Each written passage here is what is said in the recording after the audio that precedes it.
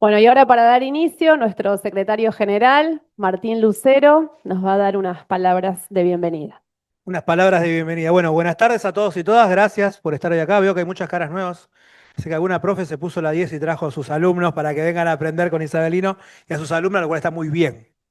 Porque un poco la idea de este curso que venimos llevando adelante es poder compartir no solamente intramuros del sindicato, sino todo lo contrario para afuera, para poder intercambiar experiencias, para poder ver algunas cosas en perspectiva y con un eje vertebrador de todo el año que no es ni más ni menos que los 50 años del golpe y ver cómo nosotros desde a 50 años de ese hecho lo podemos tomar desde la escuela, desde otra perspectiva, con otras herramientas, incorporar visiones, pensamientos, qué nos genera. Un poco de todo ese recorrido es lo que venimos realizando y estamos muy contentos y muy contentas de recibirlos y de recibirlas en nuestra casa. Bueno, gracias Isabelino por estar hoy con nosotros. Para nosotros es un orgullo y un gusto que nos estén acompañando. También agradecer a los compañeros y a las compañeras que son delegados, que ya vienen realizando el curso en estos tiempos, a los compañeros del Consejo Colectivo, a nuestra compañera Patricia Mounier, secretaria de Cultura y Derecho Humano de Sadob Nación, que gentilmente ha pasado en todas las clases, ha venido, así que tiene asistencia perfecta, así que camina a tener el certificado. Son alumnos del profesorado, ¿no? Le dices, bueno, bienvenido a la cultura de la certificación, hijos. O sea, eso es lo que nos pasa. Ya están acostumbrados. Ah, viste, bueno, está bien. Les están enseñando bien. Si lo primero que preguntaron es si había certificado es porque están ya siendo sistémicos. Veo que, imagino que no se sentarán igual en el salón, pero es muy probable que también, o sea, respeten los lugares donde se sienten y demás. Pero bueno, una alegría, sinceramente, tenerlos y tenerlas. Aprovechemos el espacio, aprovechemos el intercambio, aprovechemos la oportunidad de intercambiar con las y los docentes que nos visitan, pero también aprovechemos a tomarnos un minutito y pensar en este contexto y en esta realidad que nos rodea, cuál es el sentido y el significado de algunas cosas que nos vienen pasando en perspectiva de lo que nos han pasado en los últimos 50 años, ¿no? Y hablo de los 50 años porque incluyo los años del golpe, que seguramente muchas y muchos de ustedes no han vivido, pero también no quiero hablar de las deudas de la democracia, pero sí de las cosas que como democracia tenemos que mejorar y tenemos que profundizar. Y en esto no quiero dejar de mencionar que hay, ustedes saben que la escuela no es lejos de ser una burbuja o lejos de ser algo que está alejado de la cotidianidad, nos pega todos los días y eh, tenemos que poner en perspectiva, tenemos que poner en debate cuál es el rol que nos toca a nosotros como comunidad educativa respecto de las cosas que nos vienen pasando como país, que nos vienen pasando como sociedad, que nos vienen pasando como provincia, que nos vienen pasando como ciudad, para los que son de Rosario. Y, y también digo, algunas cuestiones que están vinculadas a- a la representación que tenemos o que tienen quienes llevan adelante o quienes toman las decisiones en el poder político respecto de las cosas de la gente. Yo no puedo entender cómo movilizaciones populares como por la muerte del Indio Solari no tienen en el Estado una representación que ni más ni menos le den un lugar para que lo velen, ¿no? Y que haya 1,5 millones de personas que lo vayan a ver. Eso no, puede decir muchas cosas de la política, pero lo primero que dice es que hay una desconexión total entre los sentimientos de la gente o sea, una cosa que moviliza a tanta gente de manera espontánea no le podemos dar vuelta. Bueno, si se lo dio vuelta el gobierno le dio vuelta la cara, que no se lo dé a la escuela. ¿Está? Ojalá que el día de mañana esta escuela forme muchos más Indios Solari, mucho más Maradona, mucho más Rosita Ciperoic, mucho más gente que le siga devolviendo cosas a la gente, digamos, y eso me parece que es un poco nuestra tarea. Así que seguramente entre los desafíos que tenemos en esta democracia pendientes es que la escuela siga siendo ese lugar de formación, tiene que siga siendo ese lugar de contención, pero también siga siendo el lugar donde surjan las personas que hoy y mañana van a sacar a nuestro pueblo adelante. Así que muchas gracias por estar hoy acá. Gracias Isabelino nuevamente, la dejo a Lina y como buen docente universitario me voy a dar clase porque la semana que viene y paro, si no nos llegamos con el programa. Gracias. Saben que venimos transitando, conforme nos hemos propuesto este año, el ciclo de formación en educación y derechos humanos. En tiempos de políticas para el olvido, apelamos a la pedagogía de la memoria. Y este trayecto, donde vamos delineando un camino al andar, en el que profundizamos la transversalidad de los 50 años del golpe, y también de los derechos humanos en todo el ámbito educativo, con el aporte de cada exponente en los conversatorios y su posterior retrabajo en los talleres que completan la formación. Ustedes saben que, además de los conversatorios, hacemos talleres que son espacios para la reflexión y para compartir experiencias que son colectivas. Esta vez tenemos la alegría de contar con la presencia de un referente destacado en la educación, la democracia y las aulas de nuestro país, el doctor Isabelino Siede. Su trayectoria nos habla de reflexión y de compromiso. Isabelino comenzó su carrera allí donde sin dudas se transforma la realidad, como maestro de grado en la escuela primaria. Hoy es doctor en Ciencias de la Educación por la UBA, investigador y profesor en las Universidades Nacionales de La Plata, Moreno y la Patagonia Austral, donde forma a los futuros educadores en didáctica de las ciencias sociales, derechos humanos y formación ética y ciudadana.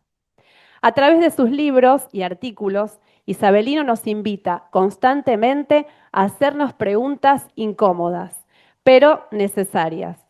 Cómo construir ciudadanía desde la infancia, cómo tejer puentes sanos entre las familias y las escuelas, y cómo hacer de cada aula un espacio verdaderamente democrático. Por eso agradecemos profundamente tu generosidad por estar acá hoy con nosotras, con nosotros, y sin más preámbulos te damos la palabra y un gran y cálido aplauso de bienvenida. Gracias.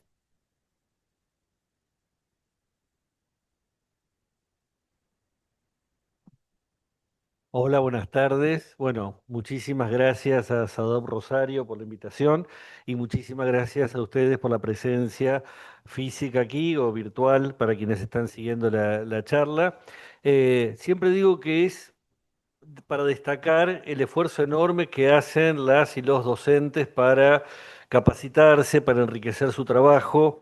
En general es algo que la sociedad no ve y que niega o le reprocha a los docentes y uno encuentra en muchísimos lugares del país escenas como esta de gente que fuera de su horario de trabajo se reúne para pensar la escuela. Así que en nombre de esa sociedad que no agradece, quiero agradecerles también y tratar de que esto sea, además de una oportunidad para sumar puntaje, algo para pensar y enriquecernos mutuamente. Y agradezco también a SADOP porque me parece muy valioso que un sindicato docente trabaje en esta línea. Para quienes son estudiantes del profesorado, es importante adentrarse en la lógica de lo que significa un sindicato. Tenemos sindicatos con una experiencia variadísima y muy rica, con todas las contradicciones propias de cualquier institución, pero que me parece muy valioso acercarse a lo que significa un sindicato docente y que no es solo, aunque es muy importante, la lucha por el salario y las mejores condiciones laborales. También es la pregunta acerca de qué hacemos cotidianamente en las escuelas. Y me parece valiosísimo entonces que SADOP haya organizado un ciclo como este. Les decía, vamos a hacer una presentación ahora y la presentación la tiene ya la gente de SADOP para que el que la quiera pedir después la pueden pedir y tenerla para no estar tomando nota todo el tiempo. La subo a la plataforma, entonces además del video la pueden seguir y lo que voy a trabajar hoy tiene que ver con algún material que escribí en el 2024, en el 2023 y 2024, fue cuando salió publicado en torno a los 40 años de la transición democrática en nuestro país.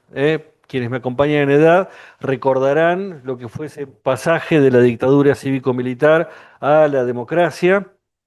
Y recordarán también el clima de ese pasaje, porque nada auguraba 40 años seguidos de democracia. Realmente quienes en ese momento estábamos transitando los profesorados, las facultades, suponíamos que iba a ser lo que se pudiera, pero veníamos de muchos años de interrupciones periódicas de la democracia y de verdad que no sabíamos cómo iba a funcionar. La pregunta que tenía en la cabeza en el año 2023 era, estamos en un periodo electoral y ¿qué está pasando en las escuelas en relación con lo que fue la democracia y lo que hemos podido aportar como escuela a la democracia y lo que podemos seguir aportando hacia adelante para la democracia. A mí me parece importante partir de la idea que cuando pensamos la relación entre escuela y democracia es porque hay una relación directa entre escuela y política. A veces se plantea que hay demasiada política en la escuela y en realidad el origen del sistema educativo es la educación a la ciudadanía, es educar al soberano. La escuela se inventó en nuestro país con el propósito de inscribir la legalidad, la institucionalidad en las subjetividades. Entonces no es que la política estaba al margen de la escuela. Sí es cierto que durante mucho tiempo se intentó disfrazar de neutralidad posicionamientos políticos de las élites o de los sectores hegemónicos, y también es cierto que los avatares de la política en la Argentina golpearon de manera devastadora en algunas ocasiones a la escuela. Cuando nosotros ahora pensamos los 40 años de transición de democracia, creo que tenemos que entender que el sentido fundante de la escuela es construir una cultura política. Cuando hablamos de cultura política nos referimos a que existen instituciones, existen leyes, existen organismos, pero para que esas instituciones y esa legislación funcione, tiene que haber una sociedad que incorpore un conjunto de hábitos, creencias, valores, normas, modos de hacer. Cuando nosotros miramos la historia de nuestro país, podemos identificar en el siglo XIX dos grandes mitades. La primera mitad tiene como título Revolución y Guerras, ruptura del orden colonial y una larga serie de guerras civiles por la forma de organización del Estado, unitario, federales, 50 años, imagínense lo que fueron 50 años de guerras en nuestro país. La segunda mitad del siglo XIX tiene como título Organización del Estado. A partir de que se aprueba una Constitución Nacional y que luego se empieza a modificar un par de veces, empiezan a apagarse los ecos de las guerras civiles. Y así como se establece una ley, es también necesario empezar a construir una cultura política. Pensemos que después de décadas de violencia en nuestro país, lo usual era que todos los varones estuvieran armados. Lo usual era que un montón de familias estuvieran partidas por la guerra. En el censo de Sarmiento de 1869 había una gran cantidad de mujeres jefas de hogar, porque había una gran cantidad de hombres que habían quedado en los campos de batalla. Entonces, en ese contexto es cuando empieza a delinearse el futuro sistema educativo. Y esa cultura política estaba atravesada por los valores que le dio digamos, la primera generación que armó el sistema educativo, que era la idea de educar al soberano en esa concepción de la Constitución Liberal de 1853. La pregunta para hacernos hoy es: ¿cuáles son los valores que hoy creemos que son relevantes para garantizar la vida en democracia? La Constitución de 1853 no era una constitución democrática, tal como la entendemos ahora, en el sentido de que tenía mucho temor de la participación popular. Fíjense que cuando nosotros hablamos de democracia decimos que es el gobierno del pueblo. Y la Constitución dice: el pueblo no delibera ni gobierna. Es fuerte la definición. El pueblo no delibera ni gobierna, sino en todo caso a través de sus representantes. Pero apela a esa doble negación para indicar que no se espera que la gente esté deliberando, porque eso hay que delegarlo en las élites, y eso es lo que está plasmado en la Constitución de 1853.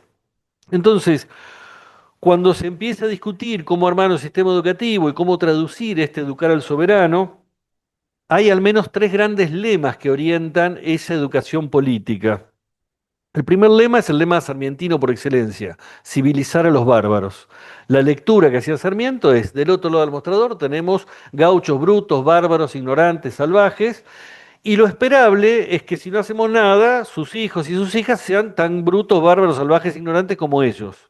Entonces hay que inventar algo que funcione como una cuña que interrumpa o mitigue ese pasaje intergeneracional. Y esa cuña fue la escuela, que tenía como propósito producir un proceso de transculturación, de reemplazo de las tradiciones culturales locales por las tradiciones culturales civilizadas, según la idea de Sarmiento, del norte de Europa y del norte de América. Entonces, del otro lado, no había ninguna expectativa de que alguien tuviera conocimientos previos o que trajera ideas propias. La idea era: ustedes son brutos, bárbaros, salvajes, ignorantes, nosotros traemos la luz de la civilización.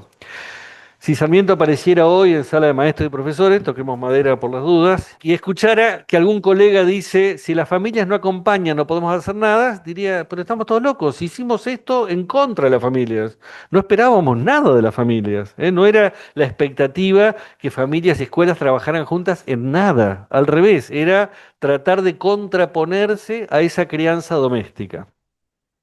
Ese lema que está en el origen y en los primeros desarrollos del sistema educativo y en la llegada de un gran contingente de docentes norteamericanas que vienen a poblar nuestro país, empieza a ser cuestionado y de alguna manera corregido, modificado en la última década del siglo XIX y primera década del siglo XX, donde aparecen otros dos lemas que de alguna manera corrigen este primer lema de educación política. Esos dos lemas son normalizar al diferente y asimilar al extranjero. La generación que estaba cercana al primer centenario de la Revolución de Mayo decía: está bien eso de civilizar a los bárbaros. El problema es que trajimos la cultura de otros lugares del mundo, pero vino un montón de gente de otros lugares del mundo. Y entonces había una gran cantidad de familias que tenían origen extranjero. Calculen que en el censo de 1891, en la ciudad de Buenos Aires, 7 de cada 10 personas eran extranjeras. 7 de cada 10. Mientras que en Catamarca, 2 de cada 100 eran extranjeros. Es decir, que ese enorme caudal migratorio se había radicado en lo que llamamos la Pampa Gringa. Esta zona, sur de Santa Fe, provincia de Buenos Aires, provincia de Córdoba. Entonces, en ese contexto, aparece como preocupación algo que no estaba en la generación de Sarmiento, que es la preocupación por la identidad nacional, algo que se empieza a gestar como problema en la pluma de Joaquín B. González, Ricardo Rojas, José María Ramos Mejía. Y José María Ramos Mejía, precisamente, eh, traspola a la escuela una pedagogía que es extraescolar, que venía funcionando por fuera y antes de la escuela en los pueblos, los antiguos pueblos agrícolas y en los calendarios litúrgicos de diferentes religiones, que es la pedagogía de las festividades. Y así como en cada religión hay un calendario litúrgico con fiestas donde se recrea una creencia compartida y unos rituales, José María Ramos Mejía inventa las efemérides escolares, ¿no? Dice, vamos a hacer una recreación de estas creencias compartidas en un calendario patriótico que sería 25 de mayo, 20 de junio, 9 de julio, 17 de agosto. Luego se van sumando otras festividades, pero hay una idea de que el sentido de la educación política era que el hijo de inmigrantes extranjeros se sintiera argentino, argentina, y sobre todo apelaba a ese sentimiento de adhesión a la nacionalidad, y que aquel que escuchaba en su casa hablar del Cid Campeador o de Garibaldi, en la escuela escuchara hablar de los grandes referentes como San Martín, Belgrano, y también otros que ven en esa época, porque se arma un prócer para cada necesidad, ¿no? Vieron que así como la iglesia tiene un santo para cada sector, ¿no? Para los militares San Sebastián, para los viajeros San Cristóbal, para las chicas bien Santa Rosa de Lima. Bueno, para la escuela se arma, para las chicas bien las damas mendocinas, para el no tan bien las niñas de Yohuma, para los chicos el tambor de Tacuarí, para los gauchos Güemes, para los negros faluchos. Se va armando todo un santoral patriótico que va pregnando la educación política a lo largo de muchas décadas. Con muchas transformaciones y bastante mitigada, algo de esto perdura todavía hoy. Y el otro lema es contemporáneo de este, es el que podríamos sintetizar en normalizar al diferente. Ustedes saben que en 1884 se aprobó la Ley de Educación Común, la primera ley que organiza lo que en esa época se llamaba educación común, que hoy llamamos escuela primaria, y en Argentina se logró un rápido consenso sobre 4 rasgos de lo que iba a ser el sistema educativo, que en otros países de América Latina llevó décadas de discusión. El consenso era que el sistema iba a ser obligatorio, gratuito, graduado y principalmente estatal. Esos 4 rasgos, si ustedes miran la historia de educación en Colombia, en Ecuador, van a ver que se discutió muchísimo más que acá. Acá hubo rápido consenso. Lo único que generó debate fue el quinto rasgo, que era el sustrato ideológico de la educación escolar. En el Congreso, primero en el Congreso de Educación y luego en el Congreso Nacional, el sector católico decía, no podemos ser parte del mismo país si no creemos todos en el mismo Dios. Y cuando decían esto estaban dándole continuidad a la convicción de la educación colonial. A lo largo de toda la historia había ocurrido eso, que para ser parte de la misma sociedad había que compartir una misma creencia religiosa. El sector liberal decía, podemos ser parte del mismo país, aunque no creamos todos en el mismo Dios, si tenemos todos la misma moral. Y entonces se reemplaza esa creencia religiosa por una moral de rasgos muy parecidos a la que se deriva de la creencia religiosa, y la escuela asume, junto con el hospital y la asistencia social, la tarea de educar en una moral homogénea. Un único modo de ser varón, un único modo de ser mujer, un modo de configurar una familia bien constituida.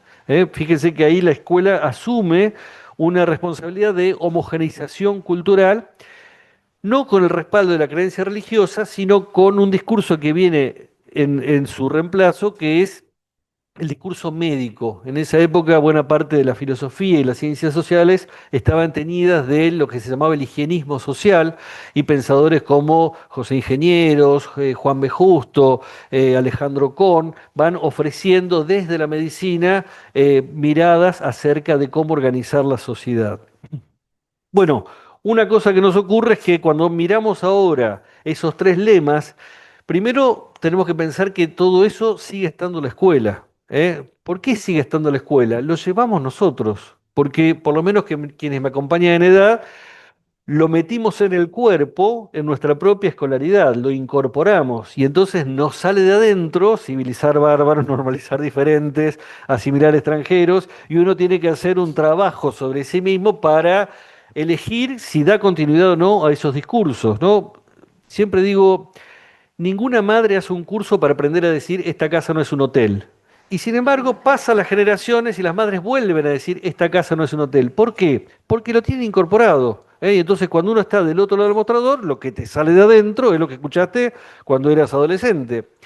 Si nosotros no hacemos un trabajo sobre nosotros mismos, lo que nos sale de adentro son estos lemas inaugurales, pero que hoy podemos cuestionar porque son fuertemente discriminatorios, son ilegítimos en el sentido de que implican una enorme exclusión, la idea de que desde el Estado estemos moldeando subjetividades, y son también ineficaces. Efectivamente, y creo yo, menos mal, no tienen la eficacia que tenían unas décadas atrás. Entonces la pregunta es, ¿qué va a reemplazar estos lemas que son los que fueron modulando los dispositivos institucionales y didácticos de nuestra escuela? Para hacernos esta pregunta, también creo que tenemos que mirar algo de nuestra época y cómo nos atraviesa en Argentina y en el planeta, en el mundo. Y creo que hay tres grandes crisis que están atravesando la sociedad contemporánea.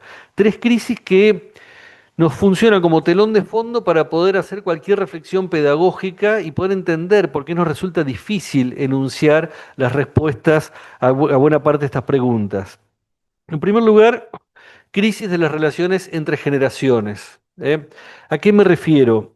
Hace más de medio siglo, Margaret Mead, una famosa antropóloga norteamericana, en una conferencia decía que uno puede encontrar en la historia de la humanidad diferentes tipos de configuraciones culturales. Y ella decía, en el 90 y larguísimo por ciento de la historia humana, había culturas prefigurativas, en las cuales la persona adulta sabía cómo educar a cada nueva generación, porque podía suponer que la vida que iba a llevar adelante la siguiente generación no iba a ser demasiado diferente de la propia. Y eso hacía que el adulto tuviera las claves de ese pasaje intergeneracional y que fuera valorado, valorada por las nuevas generaciones como el sabio, el anciano, que por viejo sabe y que tiene eso que me va a dar a mí para que yo pueda llevar adelante mi vida. Decía Margaret Mead que eso fue la larga historia de la humanidad. Pensemos siglos y miles de años donde los adultos concentraban ese saber para poder comunicar a la generación nueva. Y ella decía, cuando empiezan a acelerarse los tiempos, como nos ha pasado en el siglo XX, empezamos a tener culturas cofigurativas, en las cuales ambas generaciones se encuentran con una situación radicalmente novedosa. Un ejemplo que daba era la Shoah. Nunca había ocurrido esa masacre, ¿no? El Holocausto, una masacre de población como la que había ocurrido durante la Segunda Guerra Mundial.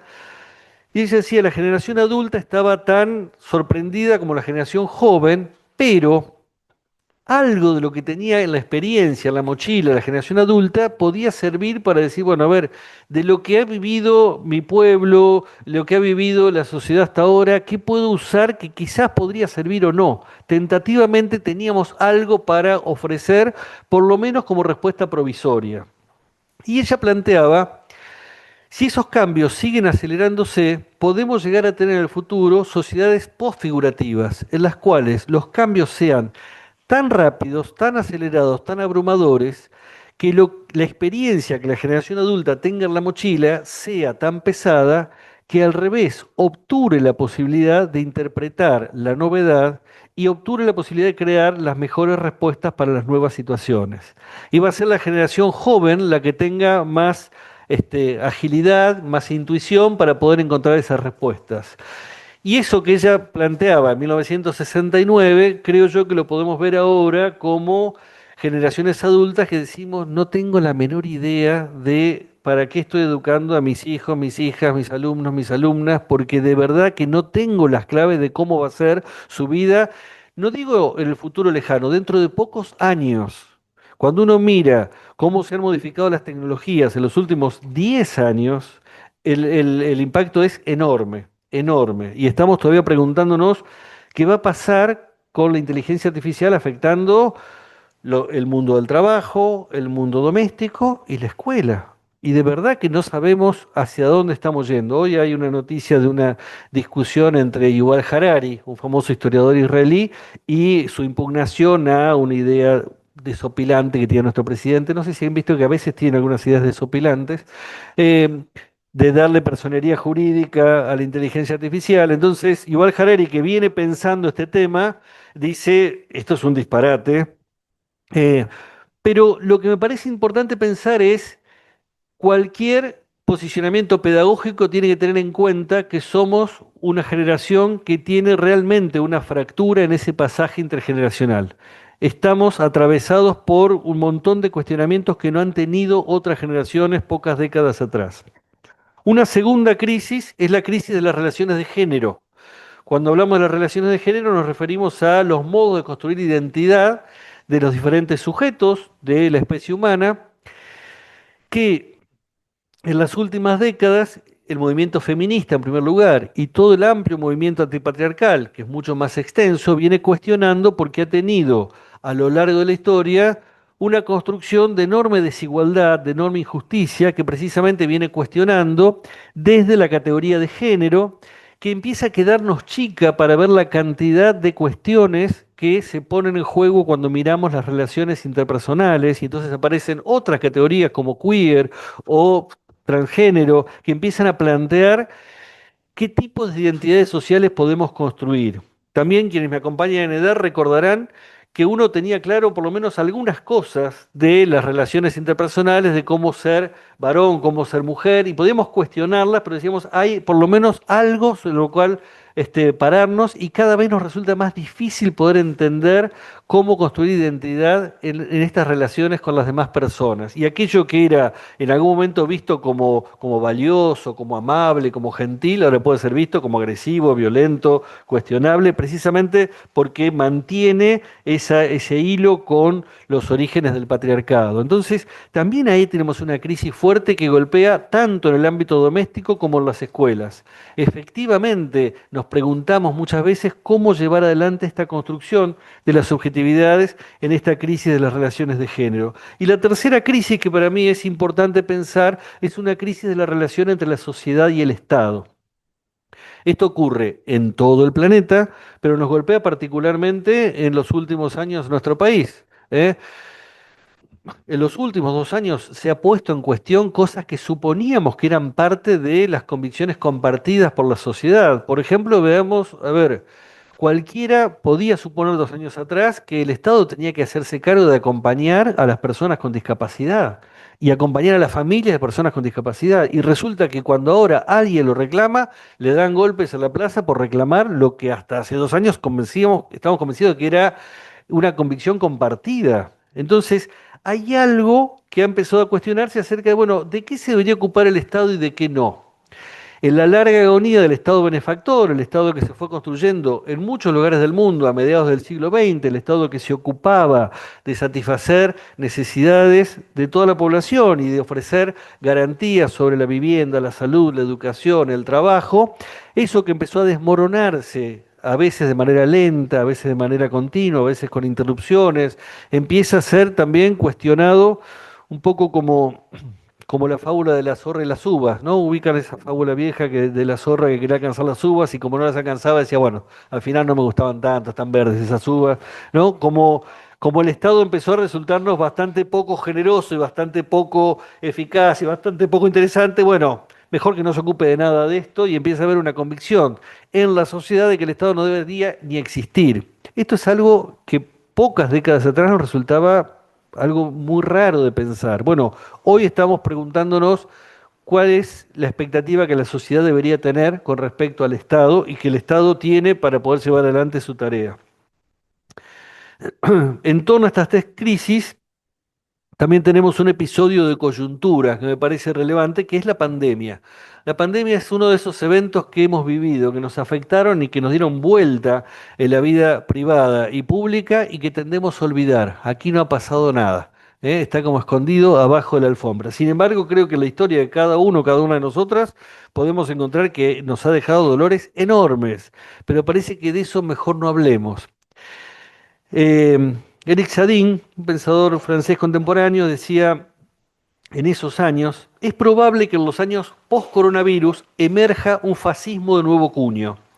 Estaría hecho de otra materia y procedería no de un poder que busca someter cuerpos y espíritus a su ideología, sino de una multitud de individuos que solo se remiten a sus propios credos, forjados antes que nada por el resentimiento y su resolución de obtener, cueste lo que cueste, su tajada.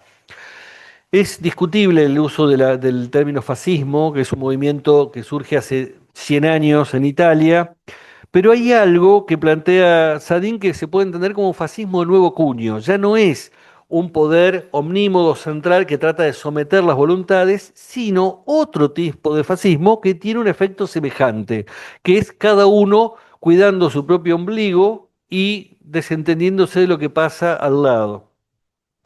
Dice, por eso se lo podría calificar de fascismo individual atomizado. La subjetividad decepcionada, revanchista y obstinada guiaría las conductas. Este fascismo estaría latente y tendería a expandirse más según la amplitud de la crisis por venir y la respuesta que se intente dar al fenómeno. Creo que Sadin obviamente no estaba hablando sobre nuestro país, pero cuando lo miramos desde la Argentina del 2026 decimos mucho de esto nos está afectando. Efectivamente hay una exacerbación del individualismo que tiene que ver también con cómo nos van afectando las nuevas tecnologías, ¿eh? Y creo que lo hemos visto en la pandemia. Hasta el año 2020, la escuela era un lugar de contrapunto de las pantallas, particularmente el nivel inicial, la escuela primaria, decía, bueno, a ver, que los pibes salgan un poco de la pantalla y que vengan a la escuela. Y en el 2020 tuvimos que decirles por un tiempo prolongado, para poder mantener el vínculo, conéctense a una pantalla. Y las pantallas tienen un montón de facilidades, de promesas, de herramientas útiles para estar conectados, por ejemplo, con quienes ahora nos acompañan de manera virtual, pero también nos van moldeando permanentemente. Entre otras cosas, uno puede lograr que todo suceda moviendo la yema de los dedos, moviendo la yema de los dedos. Y eso hace que nos vayamos transformando cada vez más en subjetividades cómodas, subjetividades hedonistas que quieren que todo se resuelva moviendo las yemas de los dedos. Recuerdo una publicidad que había en los años 90 de un tipo que ponía un pollo crudo en el horno, cerraba el horno y lo volvía a abrir. Y el pollo seguía estando crudo. Cerraba el horno y lo volvía a abrir. Y el pollo seguía igual. Y la publicidad decía, vas a navegar tan rápido por internet que todo te va a parecer lento. Y creo que 30 años después decimos, ¿de verdad nos pasa que hemos perdido la paciencia de esperar que se haga el pollo? Porque todo se resuelve muy rápidamente en Spotify, en YouTube, en Netflix, en todo lo que utilizamos cotidianamente. Y eso va afectando la subjetividad de adultos y de niños, niñas y adolescentes en las escuelas y en los hogares. Bueno, Y eso va teniendo también un efecto en la política, en la posibilidad de construir proyectos colectivos, proyectos comunitarios. Por eso me parece que todo esto es como para poder adentrarnos en la pregunta acerca de los valores de la construcción de una cultura política democrática.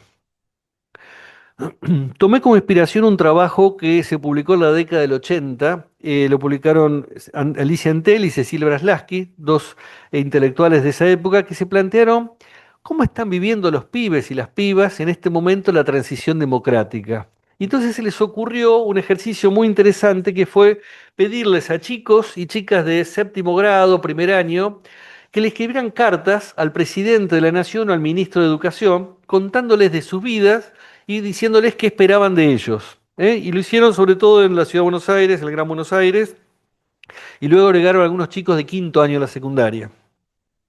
Con todo ese caudal, la enorme mayoría de los chicos no le escribió al ministro de Educación, sino al presidente. Por eso la tapa del libro era así, don querido Raulito, Casa de Gobierno, y cartas al presidente.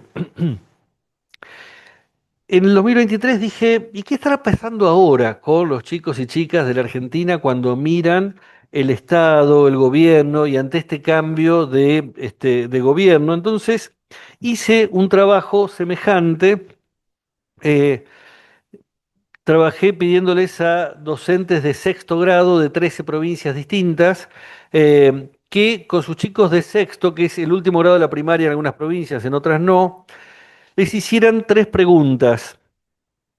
¿Cuáles pensás vos que son los rasgos más valiosos de la sociedad argentina?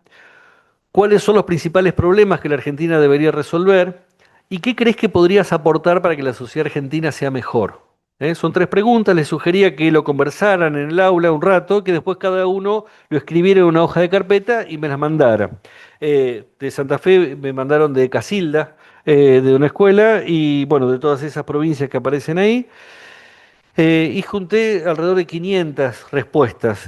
Tuve que achicar un poco después porque había escuelas rurales que eran 13 chicos y escuelas que eran 120. Entonces tenía que tratar de acomodar para que no se me sesgara demasiado la muestra. Pero en esos 400 y pico que me quedaron, fui analizándolos y publiqué 2 textos a partir de ese trabajo. Uno que es un artículo que está colgado en la web, que lo cito al final, y otro es el libro que está allá que se llama Ciudadanías de la Infancia. En el artículo hago un análisis más pormenorizado de las respuestas de chicos y chicas, y en el libro, en tono más ensayístico, desarrollo lo que voy a desarrollar ahora. Y trato de trabajar ahí los valores que creo que tendríamos que recrear desde la escuela para construir una cultura política democrática. La libertad, la diversidad, la igualdad y la solidaridad. Y entonces me planteo cómo deberíamos hacerlo desde la participación de chicos, chicas y adolescentes en la vida institucional de las escuelas y desde la enseñanza dentro del aula. Entonces, si me permiten, empecemos a pensar los desafíos en torno a la libertad. En la década del 80, los chicos decían, luego de las elecciones la libertad fue mayor y ahora se puede opinar y los alumnos tienen voz y voto. Otro, este año fue muy desordenado, porque los alumnos adquirieron de golpe libertades que antes no las tenían y eso causó un poco de desorden que los directivos no manejaron muy bien. Otro, ahora que estamos en un gobierno democrático las cosas cambiaron, algunas para bien y otras para mal, pero creo que lo que falta es organización más que nada. Otro, hubo muchos cambios con la llegada de la democracia, pero en mi opinión esos cambios empeoraron la norma de conducta seguida por este establecimiento. Se le dieron muchas libertades al alumno, las que fueron confundidas por este. Fíjense cómo la idea de libertad que nosotros miramos hacia atrás, en ese momento generaba bastante revuelo entre el estudiantado porque no estábamos acostumbrados a la libertad. Nos pasaba a docentes y estudiantes que compartíamos las aulas en ese momento que era como, ¿cómo hacemos para estar en las escuelas empezando a ser libres? Algo que no era valioso durante la dictadura y que era algo que empezaba a aparecer como desafío. En el 2023 aparecen convicciones mucho más claras en relación con la libertad. Ahora estamos en democracia. Lo que pasó hace 40 años era muy feo y ahora estamos en democracia. Podemos opinar, ser libres, salir a cualquier hora. Agustina, Coronel Durati en Chaco. Para mí los rasgos más valiosos de la sociedad argentina son los derechos, es decir, somos todos iguales ante la Constitución, sin importar el color de piel, su cultura, su acento o cualquier cosa. Otra cosa importante es que somos un país democrático. Esto quiere decir que nosotros elegimos a nuestros representantes y el poder no lo tiene él solo, se divide en 3. Julián de la Plata. Los rasgos más valiosos que tenemos son que somos un país democrático, que tenemos el derecho de votar a quienes queremos, que somos libres. Axel de Guaymallén, Mendoza. Para mí, los rasgos más valiosos de la sociedad argentina, lógicamente, es vivir en democracia, ser libre de todo y tener el derecho a varias cosas. Entre algunas, poder elegir nuestro futuro gobierno en vez de tener un rey que tome todas nuestras decisiones y no nos deje elegir nada, que todo pase por él y que nadie lo pueda contradecir. Esto me parece un gran rasgo que tenemos, Valentino de la Plata. Creo que un muy buen rasgo de nuestra sociedad es que los pobladores tienen derecho a opinar a través del voto. Francisco de Morón. Tomo algunos ejemplos, hay muchísimos más, pero hay una enorme valoración de la vida en democracia, de la posibilidad de tener derechos y de participar en las decisiones colectivas. Cuando nosotros nos planteamos, bueno, ¿qué hacemos con esto de las escuelas? Yo creo que lo primero a pensar es que en la década del 80 el gran Voldemort que teníamos era el autoritarismo y quisimos desmontar los dispositivos autoritarios, sobre todo dentro de las escuelas, porque efectivamente la dictadura no era solo una junta militar que gobernaba, era el autoritarismo pregnando todas las relaciones sociales. Y entonces, quienes éramos docentes de los años 80, tratamos de pensar, bueno, ¿cómo armar una escuela donde la autoridad no ahogue la libertad? Y en el medio un poco tiramos el agua con el bebé adentro. En el medio perdimos, en contra del autoritarismo, se nos desdibujó la autoridad. Y en el medio también hubo un fuerte declive de las autoridades. Nos viene pasando en las últimas décadas que todas las autoridades están bajo cuestión. ¿Eh? Nos encontramos en sala de maestros y profesores diciendo ya no hay autoridad, nos cuestionan todo, no acepta la autoridad del directivo, del docente. Pero cuando vemos eso en las escuelas, pensemos también lo que ocurre fuera de las escuelas. ¿Eh? Si esto fuera un encuentro de médicos, también estarían diciendo, hemos perdido autoridad, nos cuestionan todo, ya no aceptan lo que les decimos. ¿Eh? Y si esto fuera un congreso de escribanos, pasaría algo parecido. Pensemos quiénes tienen autoridad en la sociedad contemporánea. Los políticos, los periodistas, los jueces, los médicos, todos están cuestionados porque todas las autoridades están bajo cuestión. Un médico unas décadas atrás tenía dos tareas en el consultorio: diagnosticar e indicar un tratamiento. Hoy tiene cuatro: diagnosticar y convencernos de que ese es el diagnóstico correcto, indicar un tratamiento y convencernos de que es el tratamiento más adecuado.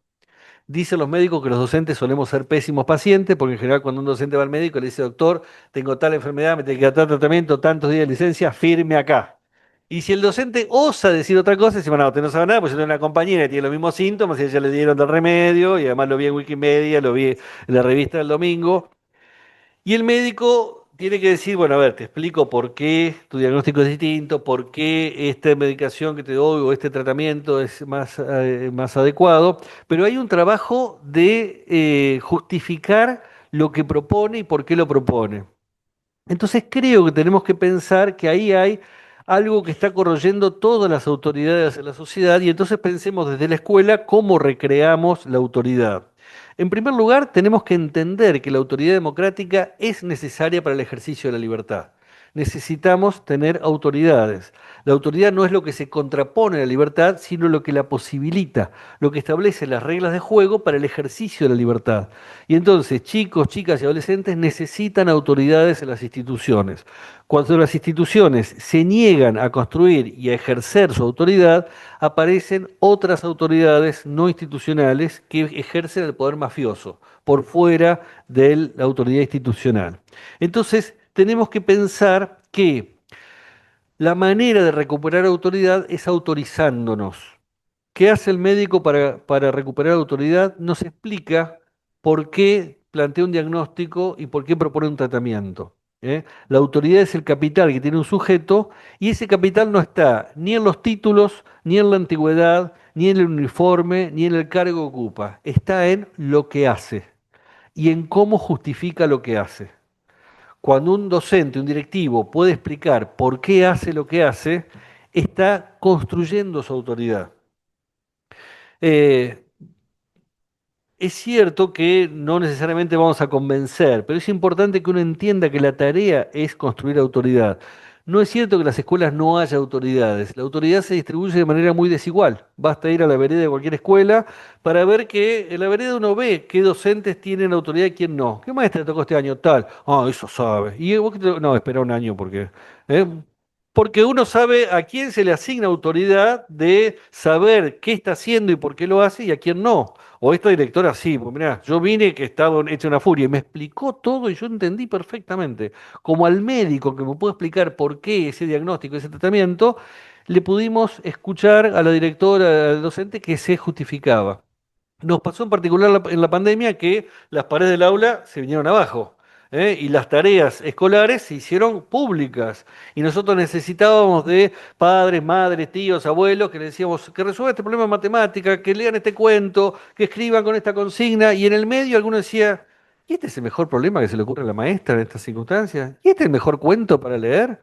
Y empezaban a cuestionar el modo de enseñar o el contenido de enseñanza, y ahí uno se encontraba colegas que decían, ¿cómo puede ser? Soy maestra normal nacional, tengo 38 años de antigüedad, me capacité en SADOP y me están cuestionando. No es eso lo que importa. Es que uno se siente y diga, te explico por qué este es el mejor cuento para leer en este momento, te explico por qué estamos enseñando a multiplicar de esta manera, te explico por qué vamos a trabajar esta consigna. Y cuando uno tiene justificación de por qué hace lo que hace, hay una oportunidad de autorizarse. Me parece que es importante entender que eso es parte de la tarea y que no se agota. Todo el tiempo vamos a seguir cuestionados por la autoridad y tenemos que seguir construyendo la autoridad. Depende de lo que hagamos. Depende de lo que hagamos y de cómo lo justifiquemos.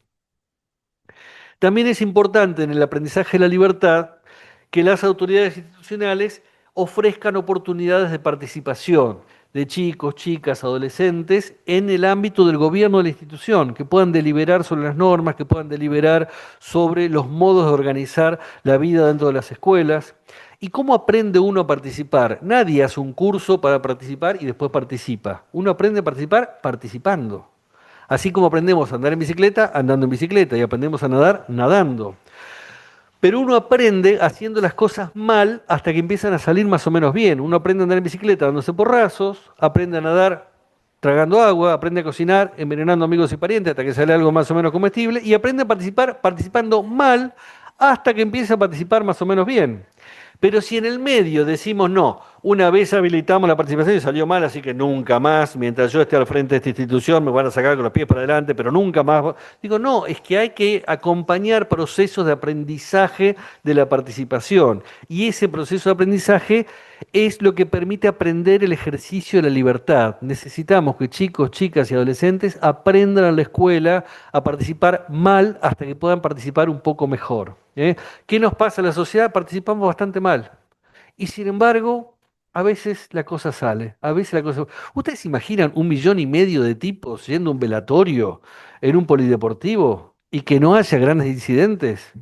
Ahí hay un logro enorme de la cultura política. Así como en otro momento decimos, uy, esto funcionó mal, uno tiene que mirarlo y decir, acá hay escuelas, detrás de esto hay escuela. Acá hay alguien que pudo organizar cómo llevar adelante esto. No es sencillo, es una construcción colectiva enorme.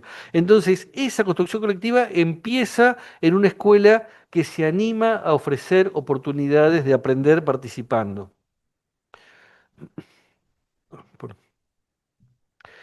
Desde el trabajo del aula, también me parece importante que en el ejercicio de la libertad pensemos que el conocimiento es provisorio. Me parece que es importante poder, cuando nosotros decimos, quiero promover el pensamiento crítico, yo me encuentro con que la enorme mayoría de los colegas, cuando uno le pregunta, ¿cuál es el propósito central de tu trabajo? Promover el pensamiento crítico. Hay como un consenso casi unánime con respecto a eso. Ahora, ¿qué entendemos por promover el pensamiento crítico? Ahí hay bastante variación.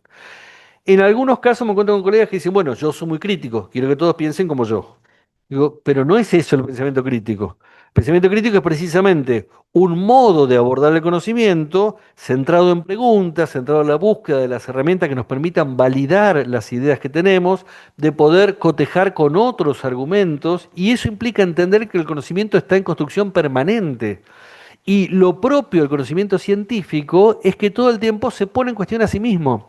A veces aparecen los medios, la ciencia no dice nada. La ciencia dice, por ahora llegamos hasta acá, pero seguimos pensando. Lo propio de la ciencia es que nunca se dogmatiza.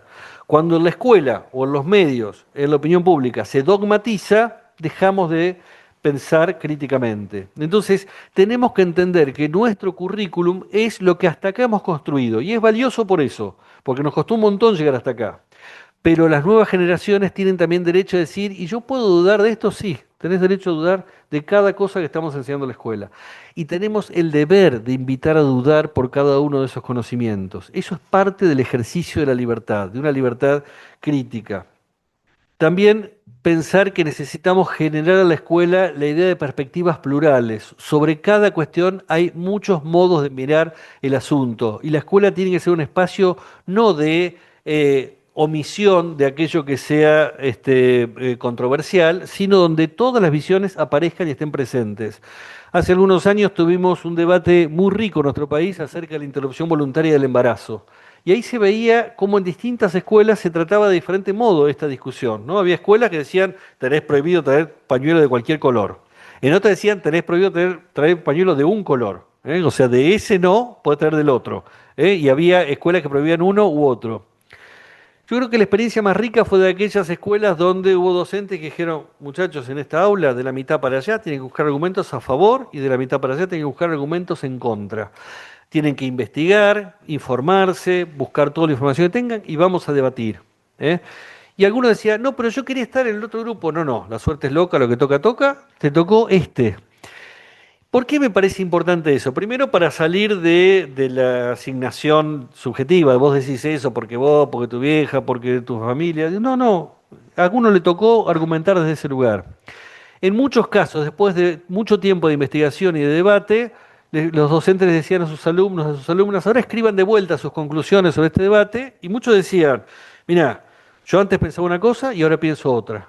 O yo antes pensaba una cosa y ahora pienso lo mismo, pero puedo entender mejor a quien piensa de otra manera. Eso es construir una cultura política democrática y pluralista. Poder estar ahí haciendo un trabajo de deliberación que sea respetuosa, que sea crítica, que sea dialógica. Y eso me parece que es importante para poder aprender a ser libres dentro de la escuela. Y eso requiere también una herramienta didáctica, que es lo que llamamos neutralidad activa. La escuela no es neutra ni puede serlo, porque para algo educamos, pero Jaume Trilla es un pedagogo catalán contemporáneo que propone una herramienta didáctica que es lo que él llama la neutralidad activa. A ver, ningún docente de matemática puede decir, vamos a averiguar cuánto es 2 más 2 igual a 4. Los pibes le dirían, señor, si me pedís que piense, no me digas el resultado, ¿no? Nos queda claro que si queremos pensar, no tenemos que decir el resultado.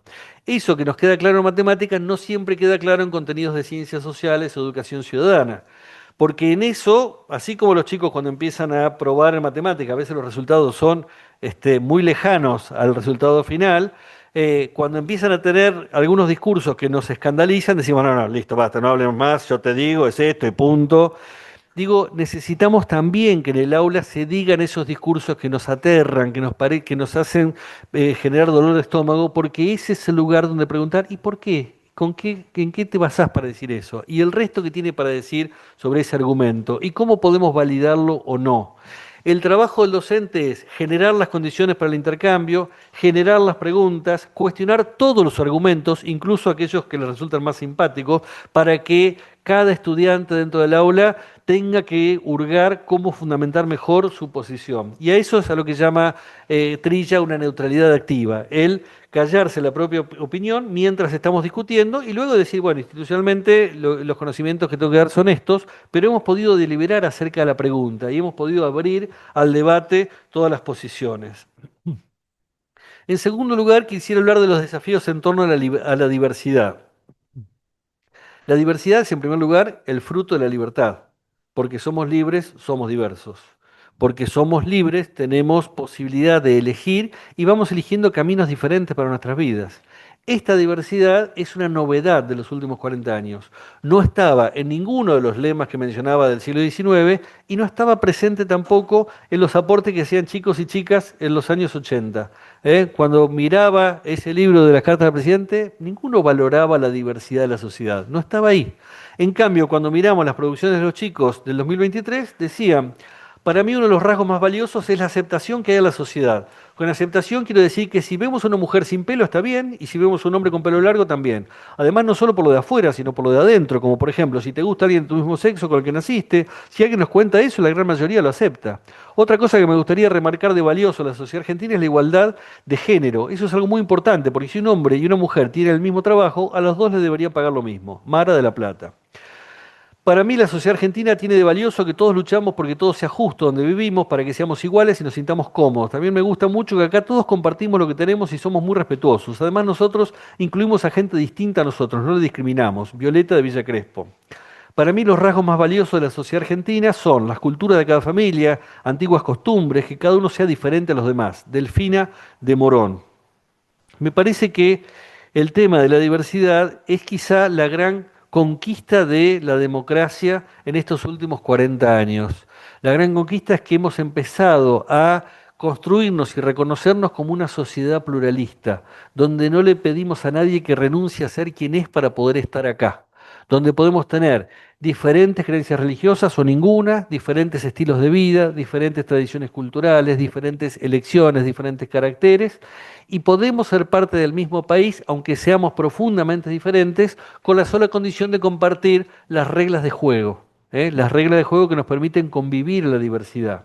Y precisamente el ejercicio de la libertad es poder deliberar acerca de cuáles son las reglas de juego que nos permiten convivir siendo diferentes.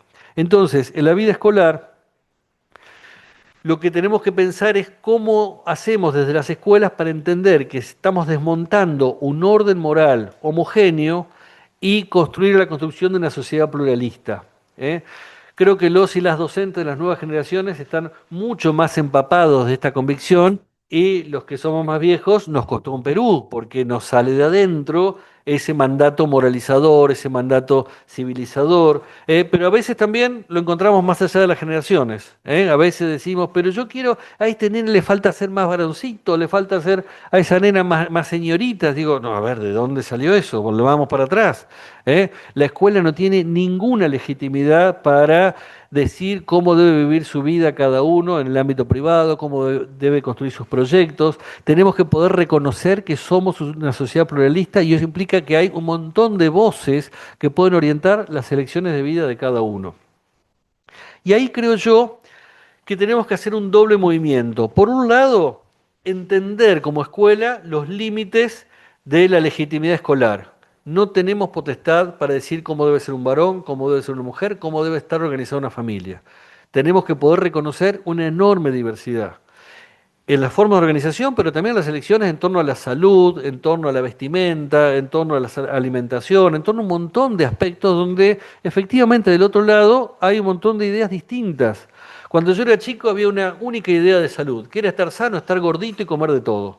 Para mi abuela, si estábamos gorditos, comíamos todo, estábamos sanos y nos daban para que nunca bajáramos de peso. Bueno, ahora está el que come carne, el que no, el que toma leche, el que no, el naturista. Y cuando vamos a la salud está el médico ayurveda, el vegano, el homeopático. Digo, hay de todo. Todo eso nos enriquece como sociedad. Y la escuela no puede decir, esto está bien, esto está mal. Tenemos que reconocer que somos una sociedad pluralista. Y al mismo tiempo nos hemos sumado otra responsabilidad, que son los límites de la diversidad legítima. La Convención Internacional de Derechos de Niños, Niñas y Adolescentes establece que hay derechos que garantizan la dignidad de niños, niñas y adolescentes y en el nombre de la diversidad no se pueden violentar esos derechos. Nadie puede decir mi tradición cultural indica que yo inicio sexualmente a mi hija o en mi casa los educo a los sopapos porque así es nuestra tradición cultural. Digo, no, la escuela tiene que entender que su tarea es garantir los derechos de niños, niñas y adolescentes, que son esos que hemos reconocido como reglas de juego compartidos en la sociedad. Fíjense que es un doble movimiento, dejar de moralizar y garantizar derechos. En una escuela que históricamente, particularmente en la última dictadura cívico-militar, imponía modelos morales y el tema de los derechos humanos no se metía, porque ese no era un asunto de la escuela. Creo que tenemos que cambiar ese foco. ¿Y cómo lo hacemos? Ampliando horizontes culturales. Esto implica que la escuela sea un lugar donde quien viene criado en una manera de ver el mundo, en una tradición cultural, en un modo de vivir, encuentre en el espacio público de la escuela otros modos de vivir, se encuentra con lo otro, con lo ajeno, con lo distinto.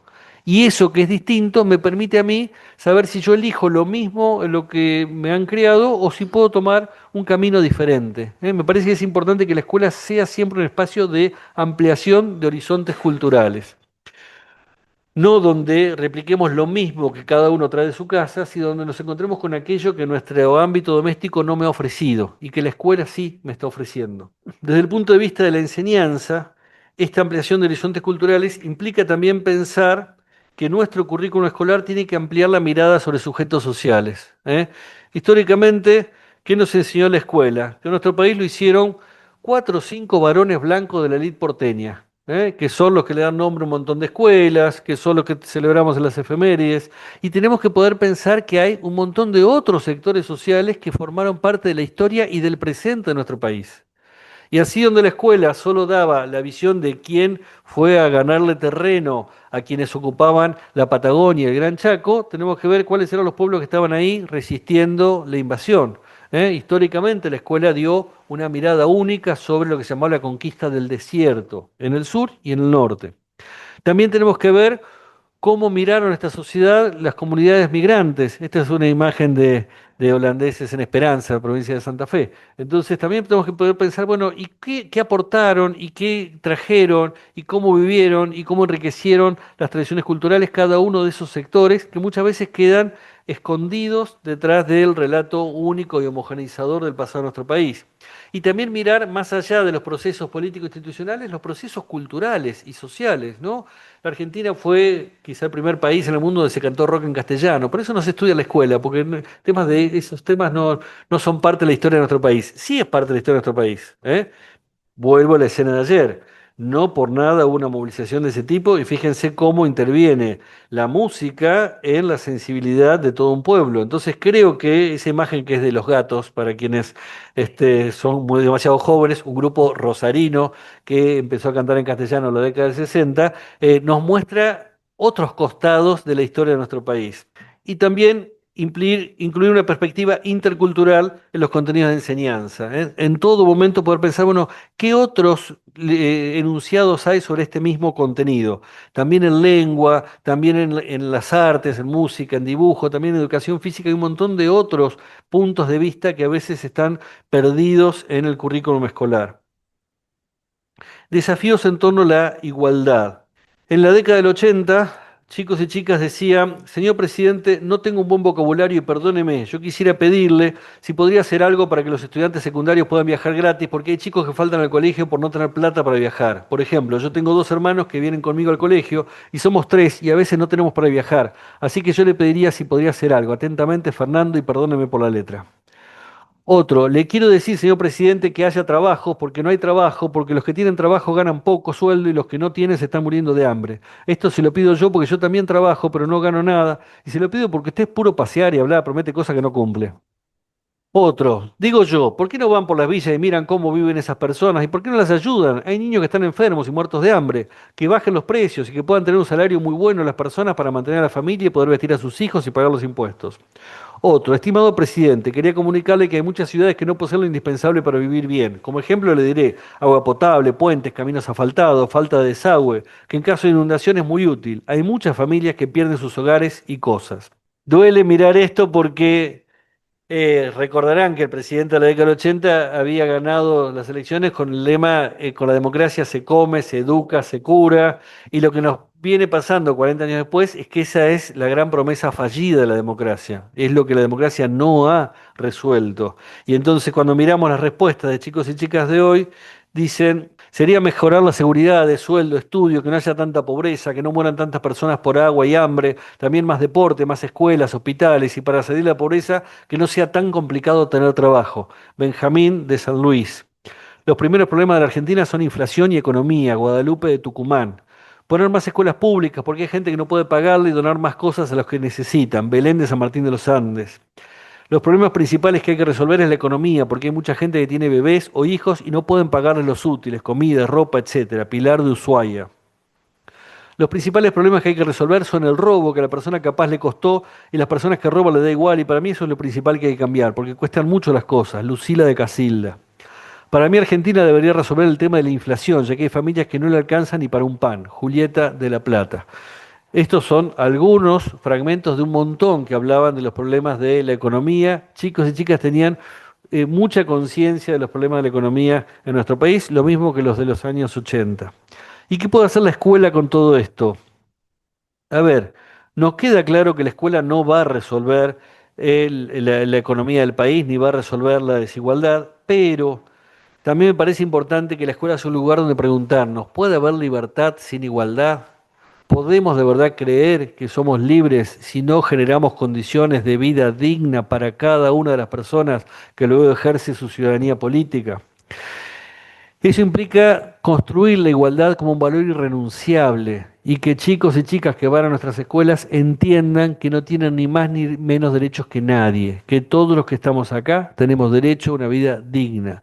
Y esto que está hoy cuestionado en muchos sectores de la sociedad, tenemos que reconstruirlo en el espacio público del aula. Creo también que así como la escuela no puede resolver los temas de desigualdad, sí la escuela puede ser una herramienta de inclusión o de exclusión. En principio, porque la escuela no ofrece dinero, pero ofrece un bien público, que es el conocimiento, y que es también una herramienta para poder intervenir en el mercado de trabajo y para poder intervenir en la sociedad. En ese sentido, cuando chicos y chicas vienen a la escuela con hambre, lo primero que la escuela tiene que hacer es darle de comer. A veces me encuentro con colegas que dicen, pero no es tarea de la escuela dar de comer. Cuando hay alguien que tiene hambre, es tarea de cualquier adulto dar de comer. Cualquier adulto, sea o no su padre, su madre, su docente o su vecino. Cualquiera tiene que dar de comer a quien tiene hambre, porque con hambre no se puede estudiar. Ahora, junto con la comida, podemos leer un cuento. Y apenas terminamos de comer, podemos pensar en un problema de matemática. Chicos y chicas vienen con muchos hambres a la escuela, con hambres de diferentes tipos, y la escuela es un lugar de saciar esa diversidad de hambres. Entonces, la escuela, más que preguntarse si nos corresponde o no nos corresponde, tiene que decir si tenemos comida hay que ofrecerla. Y si no la tenemos, hay que reclamarla. Pero la escuela tiene que ser un lugar donde nadie se vaya con la panza vacía. Y en segundo lugar, enseñar. El que no enseña sienta las condiciones de la exclusión social. A veces me encuentro también con colegas que dicen, bueno, pero ¿para qué les va a servir lo que yo estoy enseñando a estos chicos? Mirá, con las condiciones en las que viven. ¿Eh? Pensemos, siempre recuerdo el caso de un chico que en la década del 60 hizo la escuela primaria, el primer grado, por lo menos en una escuelita en Jujuy, porque su familia era migrante de Bolivia y bajaban hasta Jujuy en el tiempo de la cosecha y después volvía. Y él muchos años después contaba que cuando pasaban lista decían su nombre, pero él no contestaba, porque no sabía cómo se contestaba en castellano. Y yo me preguntaba, ¿qué habrá pensado la maestra de este chico que no le contestaba porque hablaba en aymara? Por ahí pensó, son bolivianos, no les llega el agua al tanque, no saben. El chico se llamaba Evo Morales y fue presidente de Bolivia. Y muchos años después se encontró con su maestra Eugenia, que se acordaba de él, y que por suerte tenía claro que podía haber otros motivos por los cuales él no contestara. Ahora también pensemos en, digo porque esto es ADOP y hay gente de escuelas privadas de variado tipo. ¿Qué habrá pensado la maestra de un nene que se llamaba Ernesto Guevara Lynch de la Serna? Con todos esos apellidos va a ser un cajetilla toda su vida. Y no, fue el Che Guevara. O sea, uno no tiene la menor idea de quién tiene delante. Uno tiene que ofrecer el máximo de lo posible como enseñanza para ampliar horizontes culturales. Y eso es el aporte de la escuela para construir igualdad, para que cada uno pueda tener lo mejor del mundo para construir sus propios proyectos de vida. En ese sentido, creo que la enseñanza desde el aula tiene que mirar los contenidos de enseñanza desde los sectores excluidos, desde aquellos que el currículum tradicionalmente no tomaba en cuenta. ¿Eh? Miren, ahí abajo tienen un cuadro que se llama Mercado de Carretas, de la época de Rosas. Sabemos mucho de cómo vivía Rosas, pero ¿cómo vivía esa gente que lo apoyaba? ¿Eh? Sabemos mucho de las batallas de Belgrano y de San Martín, pero ¿cómo era la vida de los soldados? ¿Cómo era la vida de las mujeres que se quedaban cuidando el rancho mientras sus maridos estaban en el campo de batalla? Tenemos que poder pensar desde la escuela a todos los sectores sociales y pensar también cómo se atravesaba la desigualdad a lo largo de toda la historia de nuestro país.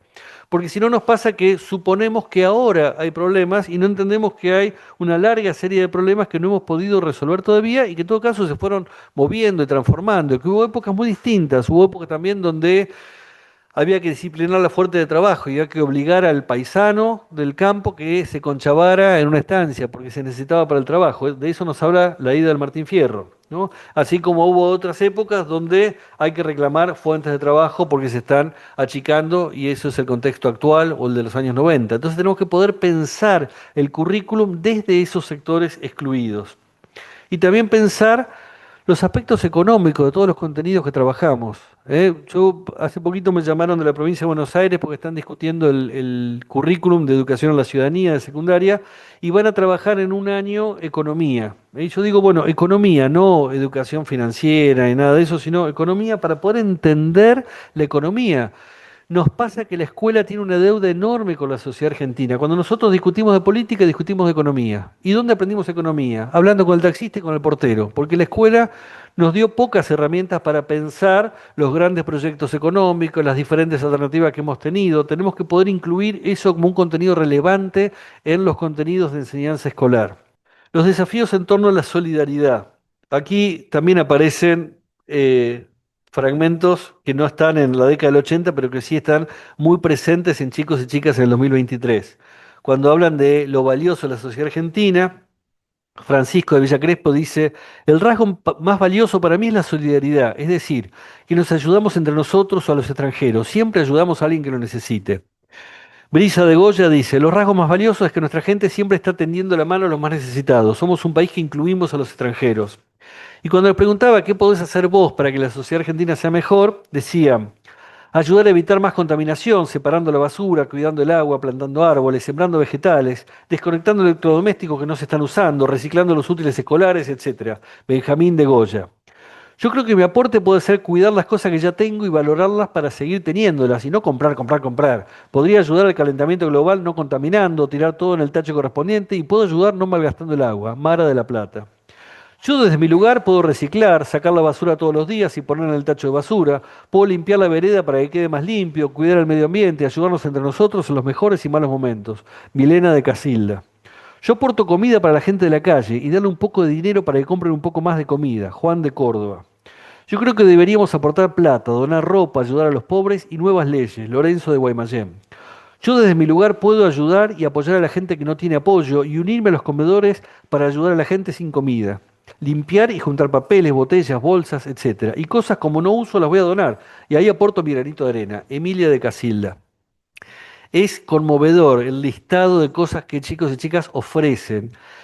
No encontré en los textos de ese año, y fíjense cómo terminaron las elecciones de 2023, pero no había ningún discurso de odio ni de me importa un comino el de al lado. En estos chicos había una preocupación por colaborar, por hacer algo. De verdad que decían, yo puedo participar y yo pensaba, bueno, la escuela tiene que poder tomar algo de esto. Hay algo que tenemos que decir si los mismos chicos están dispuestos a hacer esto. Desde la escuela tenemos que pensar que ese fue nuestro gran aprendizaje de la pandemia, si logramos darnos cuenta de que lo aprendimos. En la pandemia nos dimos cuenta de que cuando tenemos un problema compartido, la respuesta es compartida, es colaborativa, es entre todos. Y el sistema educativo, lo mismo que el sistema de salud, hizo una tarea titánica, ciclópea, enorme para afrontar el desafío de la pandemia. ¿Fue eficiente? En algunos casos no, quizá en muchos casos no, porque nadie podía enfrentar algo que por primera vez estábamos viviendo. De verdad que no sabíamos cómo, pero que hubo un trabajo enorme, lo hubo a destajo. Y muchas veces la misma sociedad miró el sistema de salud, el sistema educativo, diciendo, ah, no tuvieron éxito en todo, entonces no hicieron nada, no sirvió para nada.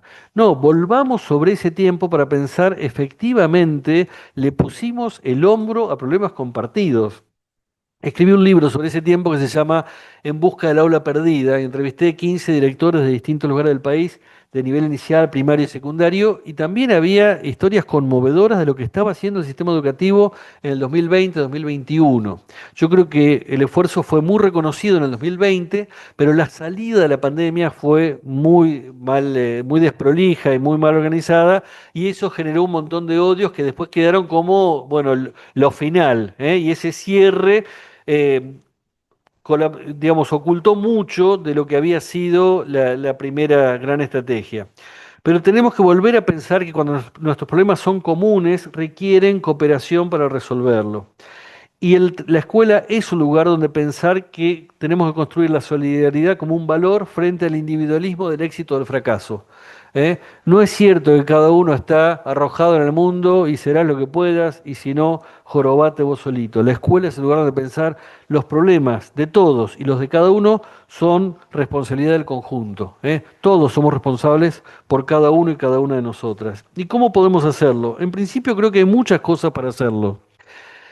La escuela es el espacio donde construir grupalidad. Me parece que esto es un tema clave y supongo que con Karina habrán hablado algo de esto también, pero a ver, no sabemos cuándo se fundó la escuela en el planeta, pero podemos pensar que la experiencia de Comenio fue quizás el motor primigenio de lo que ahora llamamos escuela. Comenio decía, yo quiero enseñar todo a todos, y con ese propósito armó grupos de chicos, de chicas, para enseñarles. Creo que cada vez más nos pasa que el grupo forma parte del propósito, no es solo una herramienta para enseñar todo a todos. ¿Por qué digo esto? Porque unas décadas atrás, chicos y chicas que no estaban en la escuela estaban trepándose a los árboles, jugando a la plaza, jugando a la vereda, jugando con los primos. Nos pasa cada vez más que cuando no están en la escuela, chicos y chicas están frente a una pantalla, frente a una pantalla. Y esas pantallas son las que no invitan a la grupalidad. Son pantallas donde cada uno va siguiendo a su propio ritmo, como mencionaba antes. Y efectivamente se van debilitando las experiencias de los clubes, de las parroquias, de las experiencias, el vínculo con los primos en familias cada vez más chicas. Esto es muy desigual, muy dispar, pero en muchas ciudades de la Argentina, cada vez más chicos y chicas que no están en las escuelas están frente a una pantalla. ¿Qué significaba estar frente a una pantalla cuando yo era chico? Si me permiten también de vuelta una referencia personal. Quienes me acompañan en edad recordarán. eh, los adultos de mi época decían que nos íbamos a quedar tarados de tanta tele que veíamos, porque veíamos 2 horas de tele por día. Porque había que esperar a las 5 de la tarde para que hubiera programas para chicos y después charlar con los hermanos a ver cuál de los 4 canales que teníamos íbamos a ver y después quién se paraba para cambiar el canal y para acomodar la antena, ¿no? Había toda una negociación y después discutíamos de lo que habíamos visto y al otro día en el primer recreo veíamos vos qué viste ayer y conversábamos de los programas. Eso que era la grupalidad en torno a las pantallas de los años 60, 70, no es lo que ocurre hoy con las pantallas. En cada hogar tiende a haber una pantalla para cada individuo. Y uno mira la tele, otro la compu, otro el celular, otro la tablet. Cada uno tiene su pantalla. Tiene tiempo infinito frente a la pantalla y no tiene con quién dialogar antes, ni durante, ni después, porque cada uno está viendo una cosa diferente. Entonces, esas subjetividades que nos vamos moldeando en torno a las pantallas, empezamos a tener problemas cuando nos encontramos con otros. Pueden mirar en cualquier bar, cualquier restaurante, la gente que está charlando y mira de reojo el celular, cuando no están directamente mirando los celulares sin charlar. Y cada uno con la pantalla. Y a veces se manda mensajes por el celular, pedimos algo y estamos a través del celular. ¿Por qué nos cuesta tanto formar grupos en las escuelas? Porque es la primera vez que ocurre. Porque cuando los chicos ingresan a la salita de tres de nivel inicial o a primer grado de la escuela, por primera vez está con otro. ¿Y qué botón tengo que apretar para que este nene se aleje? Y para que el profe de música se calle. Y para que hagamos otra cosa. ¿Qué botón tengo que apretar? No tengo ningún botón.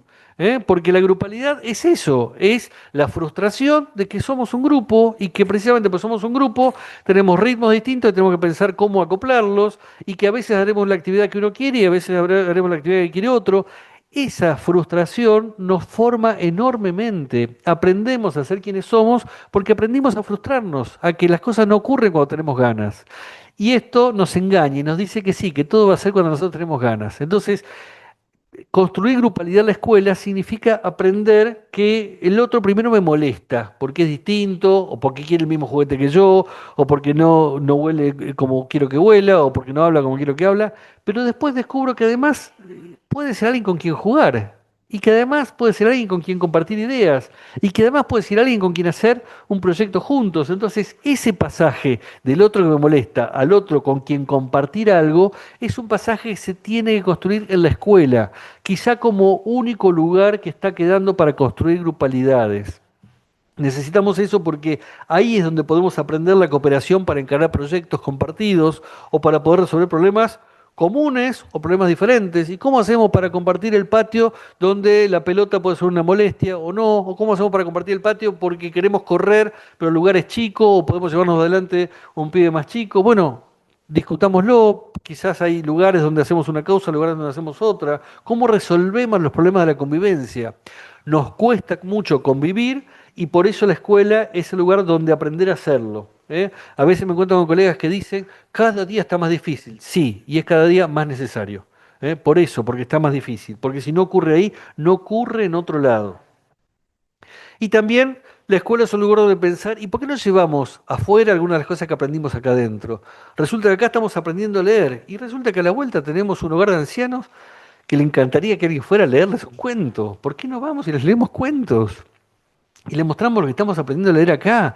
Y tenemos una institución que tiene también un montón de personas que están esperando que nosotros les contemos nuestros proyectos, que vayamos a organizar un juego para llevarles. ¿Y por qué no hacer algo para resolver esos problemas comunes? La escuela tiene que poder salir de sus muros y pensar que mucho de lo que estamos aprendiendo afuera tiene sentido si logramos llevarlo para allá.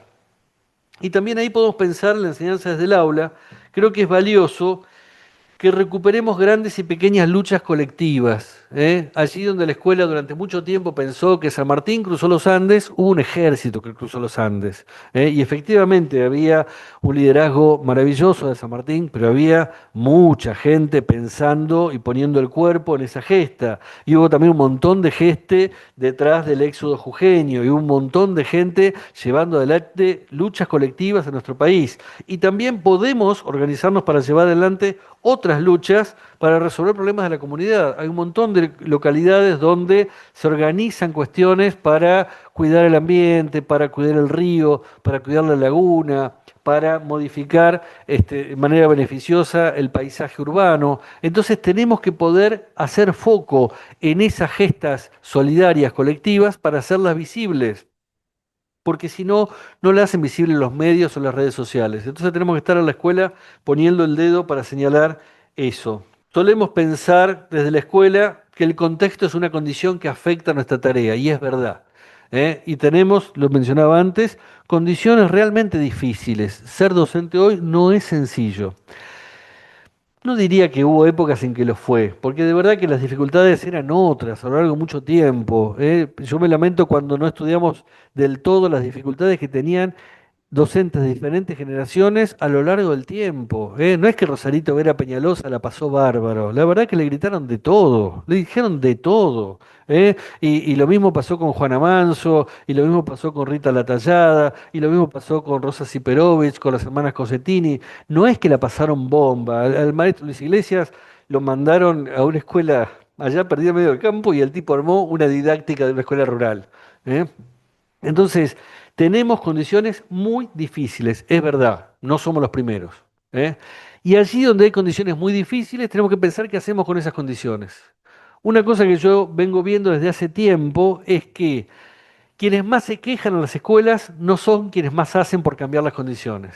La queja suele ser un recurso neurótico para quedarnos enamorados de la queja y decir, qué barbaridad, nosotros no podemos hacer nada, somos marionetas del sistema, estamos acá, primero que cambien el país, el planeta, el mundo, la familia, después que me avisen y yo empiezo a trabajar. No, las condiciones hay que reclamarlas, pero también es cierto que así como hay condiciones que afectan nuestro trabajo, nosotros generamos condiciones para otros. Una de las definiciones de enseñanza que da Dale Lerner es que enseñar es generar condiciones para que otro aprenda. Y quiere decir que así como hay condiciones que afectan nuestra tarea, si nosotros enseñamos más o menos, mejor o peor, estamos ofreciendo buenas o malas condiciones para que nuestros grupos puedan aprender. Entonces, al mismo tiempo, tenemos que encargarnos de reclamar mejores condiciones, y lo digo en el sindicato, y generar mejores condiciones, y eso me parece que es importante como responsabilidad docente. Entendiendo que en los dos territorios nuestro desafío es transformar el contexto. En algún momento tenemos que generar mejores condiciones dentro y fuera de las aulas. Cierro entonces con un texto que plantea Paulo Freire. Cuando nos planteamos cómo construir una cultura política democrática, tenemos que pensar que Si nuestra pregunta es cómo construirla, es porque si no nos lo preguntamos y si no empezamos a construirla, nadie lo va a hacer, no se hace solo.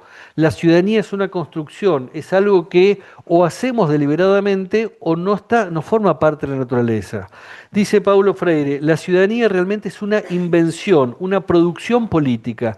En este sentido, el pleno ejercicio de la ciudadanía por quien sufre cualquiera de las discriminaciones o todas al mismo tiempo, no es algo que se usufructúe como un derecho pacífico reconocido. Al contrario, es un derecho que tiene que ser alcanzado y cuya conquista hace crecer sustantivamente la democracia. La ciudadanía que implica el uso de la libertad, libertad de trabajar, de comer, de vestir, de calzar, de dormir en una casa, de mantenerse a sí mismo y a su familia, libertad de amar, de sentir rabia, de llorar, de protestar, de apoyar, de desplazarse, de participar en tal o cual religión, en tal o cual partido, de educarse a sí mismo y a la familia, la libertad de bañarse en cualquier mar de su país. La ciudadanía no llega por casualidad, es una construcción que, jamás terminada, exige luchar por ella. Exige compromiso, claridad política, coherencia, decisión. Es por esto mismo por lo que una educación democrática no se puede realizar al margen de una educación de y para la ciudadanía.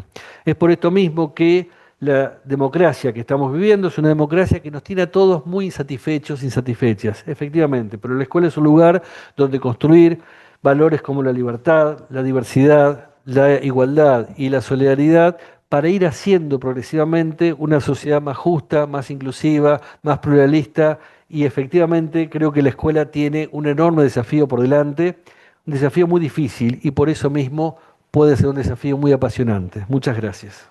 ¿Qué tal, Isabelino? ¿Cómo estás? La verdad, impecable esto de que nos trajiste a la memoria la historia, ¿no? Porque en realidad uno parece como que va siempre para adelante y qué interesante esto de poder mirar hacia atrás para poder pensar en nuevas formas.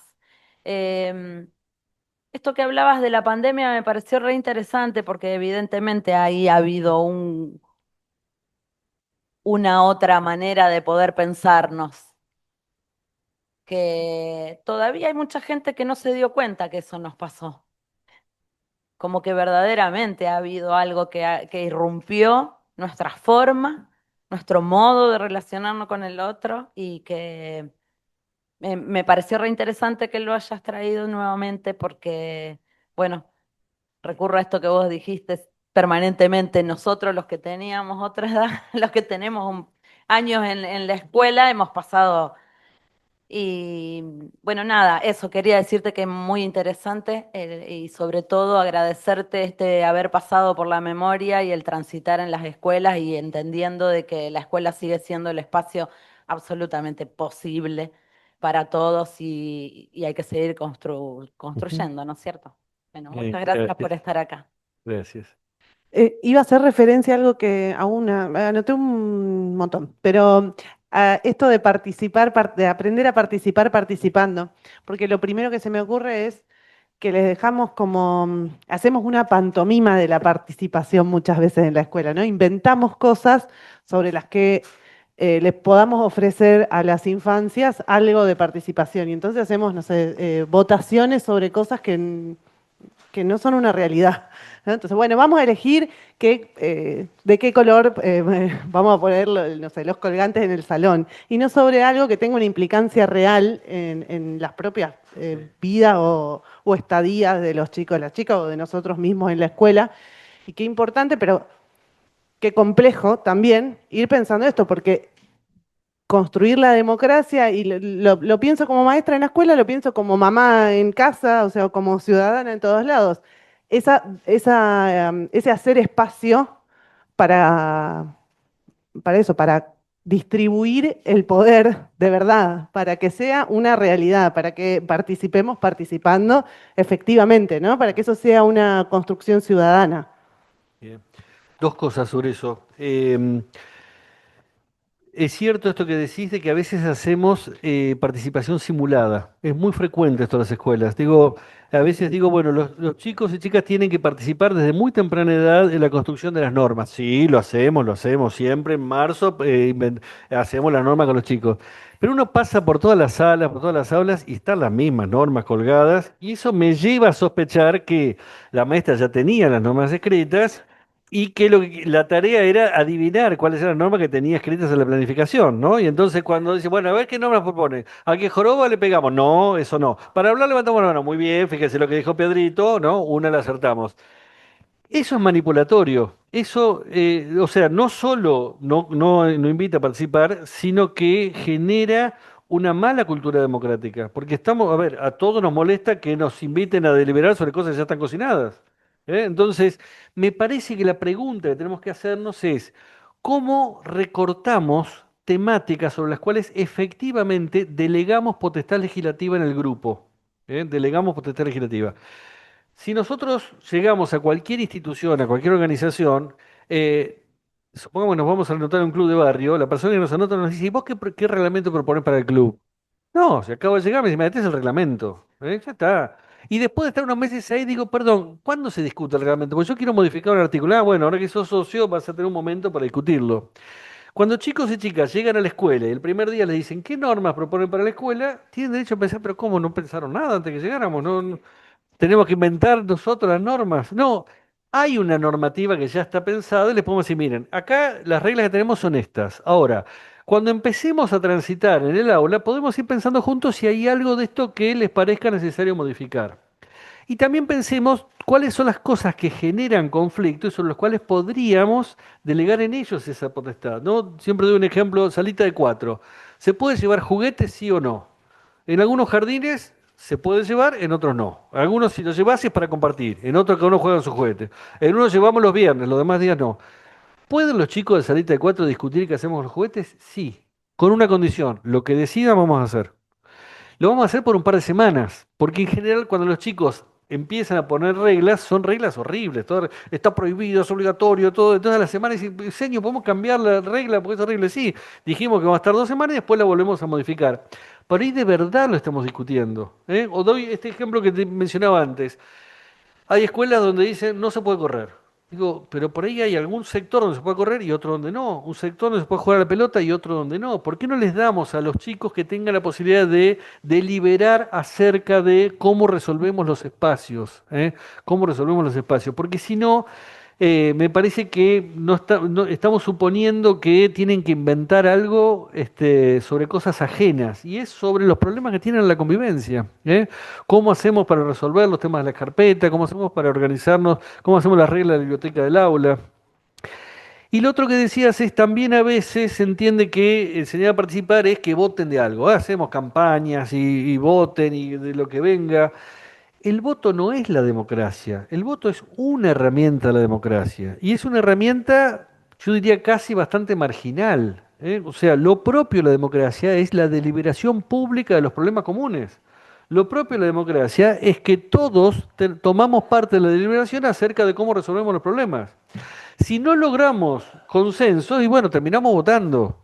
Pero no es eso lo central de la democracia. Digo porque también en los 80 nos pasaba mucho que estábamos embelesados con la democracia, hacer boletas y urnas. Digo, no, aprender a ejercer la democracia es aprender a dialogar sobre, tenemos visiones distintas, saber cómo damos argumentos, cómo respetamos la palabra de otro, cómo podemos incluir algo del argumento de otro, corrigiendo algo de lo mío para darle cabida, porque eso es la cultura democrática. Me parece que ahí tenemos que poder correr el foco del voto, que es algo que se aprende muy rápidamente, que no es una cuestión mecánica, y poder pensar que lo central de la democracia es que somos sujetos políticos invitados a pensar sobre lo público, y eso es lo que sí podemos hacer de la escuela. Una última cosita, otra de las anotaciones. Esto último de atender los problemas de la comunidad y que me parece que tiene mucho contacto con esta promesa fallida, como decías, de estos 40 Sí. años de la democracia, de no haber podido resolver efectivamente las problemáticas más profundas quizá de la comunidad en su conjunto, y que estoy casi segura, no sé si hay una estadística al respecto, pero estoy segura de que cuando en la escuela hay propuestas que son experiencias prácticas sobre la participación en la resolución de problemáticas comunes, pero digo esto, no sé, limpiar el terreno baldío que está en la esquina de la escuela, ¿no? De esas experiencias uno no se olvida nunca más. porque tuvo efectivamente una incidencia, como digo, en la vida propia, pero también en la vida de ese conjunto, ¿no? ¿Sí? Y que sin dudas que son esas experiencias las que enriquecen y la enseñanza y el aprendizaje de la democracia, pero ¿por qué no pensar también que si pasa más de eso y menos otro de este voto inducido y reducido, se pueda transformar algo de esto, ¿no? Sí. Que decimos que falló? Sí, totalmente. La escuela tiene que ser un lugar donde poder ofrecer experiencias que amplíen el horizonte cultural. Y eso que puede ser salir de la escuela, salir todos juntos, con todos los riesgos que eso implica. Sabemos que a veces hay un montón de trabas burocráticas para salir, pero es importante poder salir y que la escuela no se encapsule, que salgamos cuando sea necesario. En una época asesoraba en una escuela privada de élite de la colectividad judía, una escuela cara. Y cuando trabajamos en ciencias sociales, con chicos de primer grado estábamos viendo el comercio. Entonces dijimos, bueno, vamos a ir a entrevistar a un almacenero, un kiosquero, a un remisero para ver cómo van los comercios de la zona. Nosotros pensando en que, bueno, la experiencia de dialogar con un comerciante ayuda a entender conceptos complejos de las ciencias sociales como son cliente, mercadería, precio, todas cosas que estudiamos en primer grado. Lo que más les impactó a los chicos fue caminar por la vereda. Después nos decían, yo nunca había caminado por la vereda.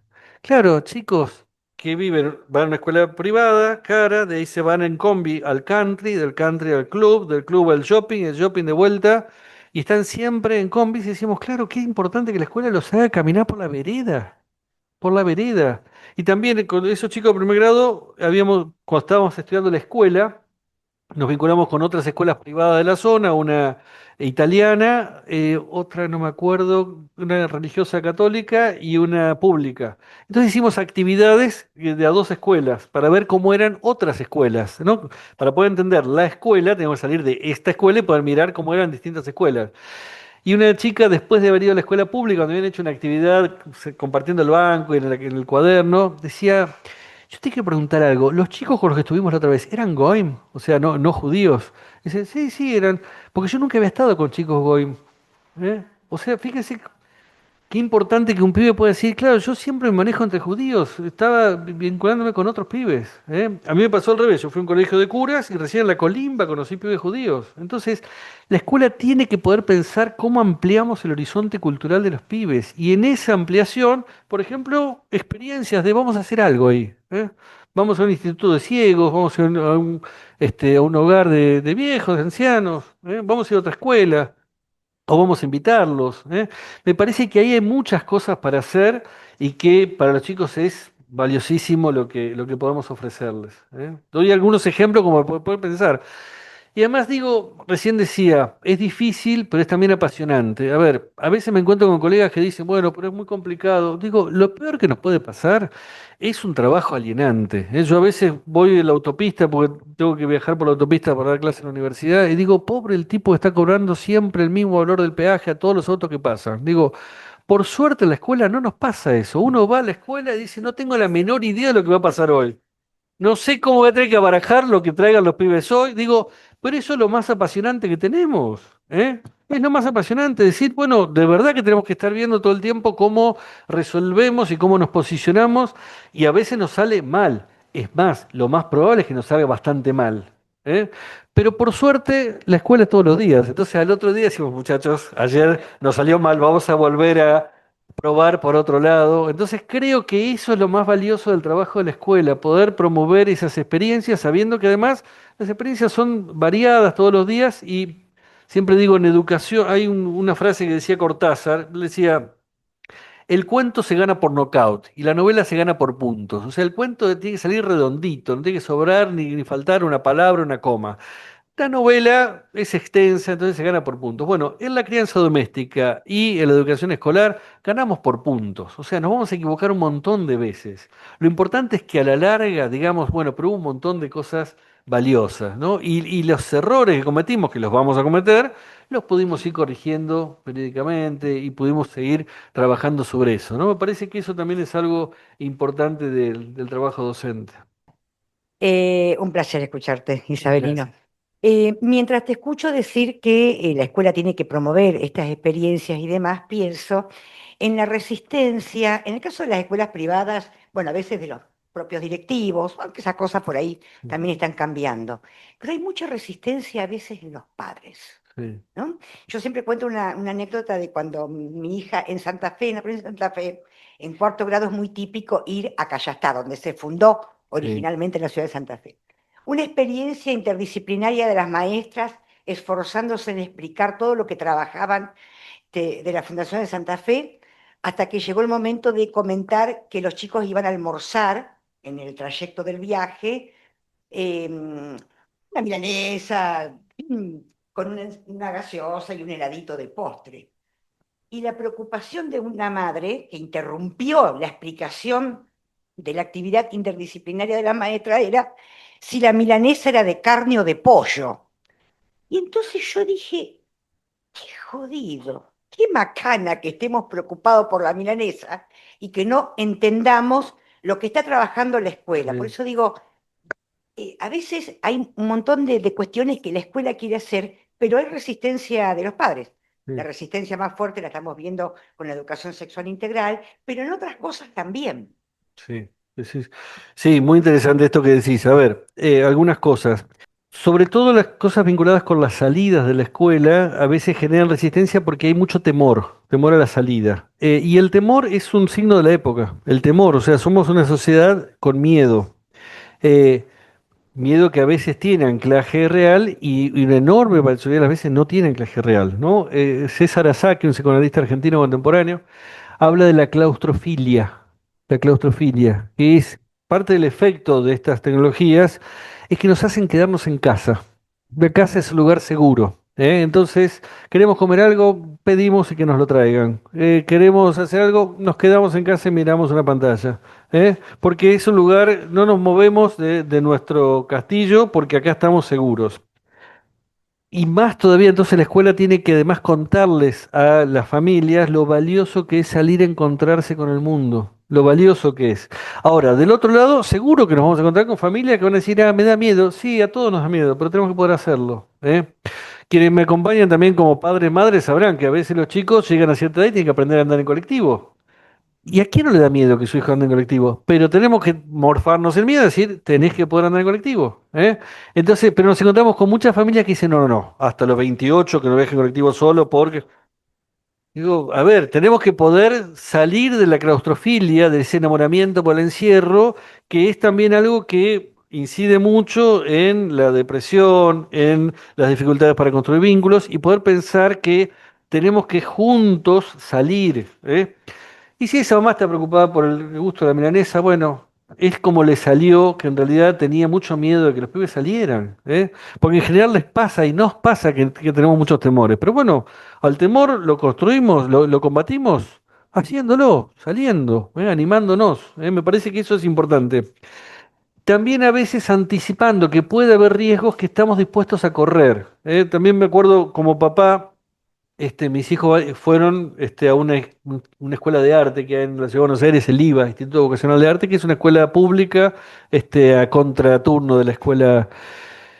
Me acuerdo de la primera reunión de familias cuando la coordinadora dijo, miren, queremos avisarles que nosotros, los chicos acá en la escuela corren, así que a veces se pueden tropezar y se pueden golpear, pero nosotros estamos ahí tratando de... Yo decía, menos mal que nos contaron eso, ¿no? Porque digo, lo que a mí más me duele cuando dicen, no lo dejamos correr, no vaya a ser que se golpeen. Digo, claro, si los pibes corren se pueden golpear, ¿eh? Pero ¿y cómo aprende uno a no golpearse si no es corriendo?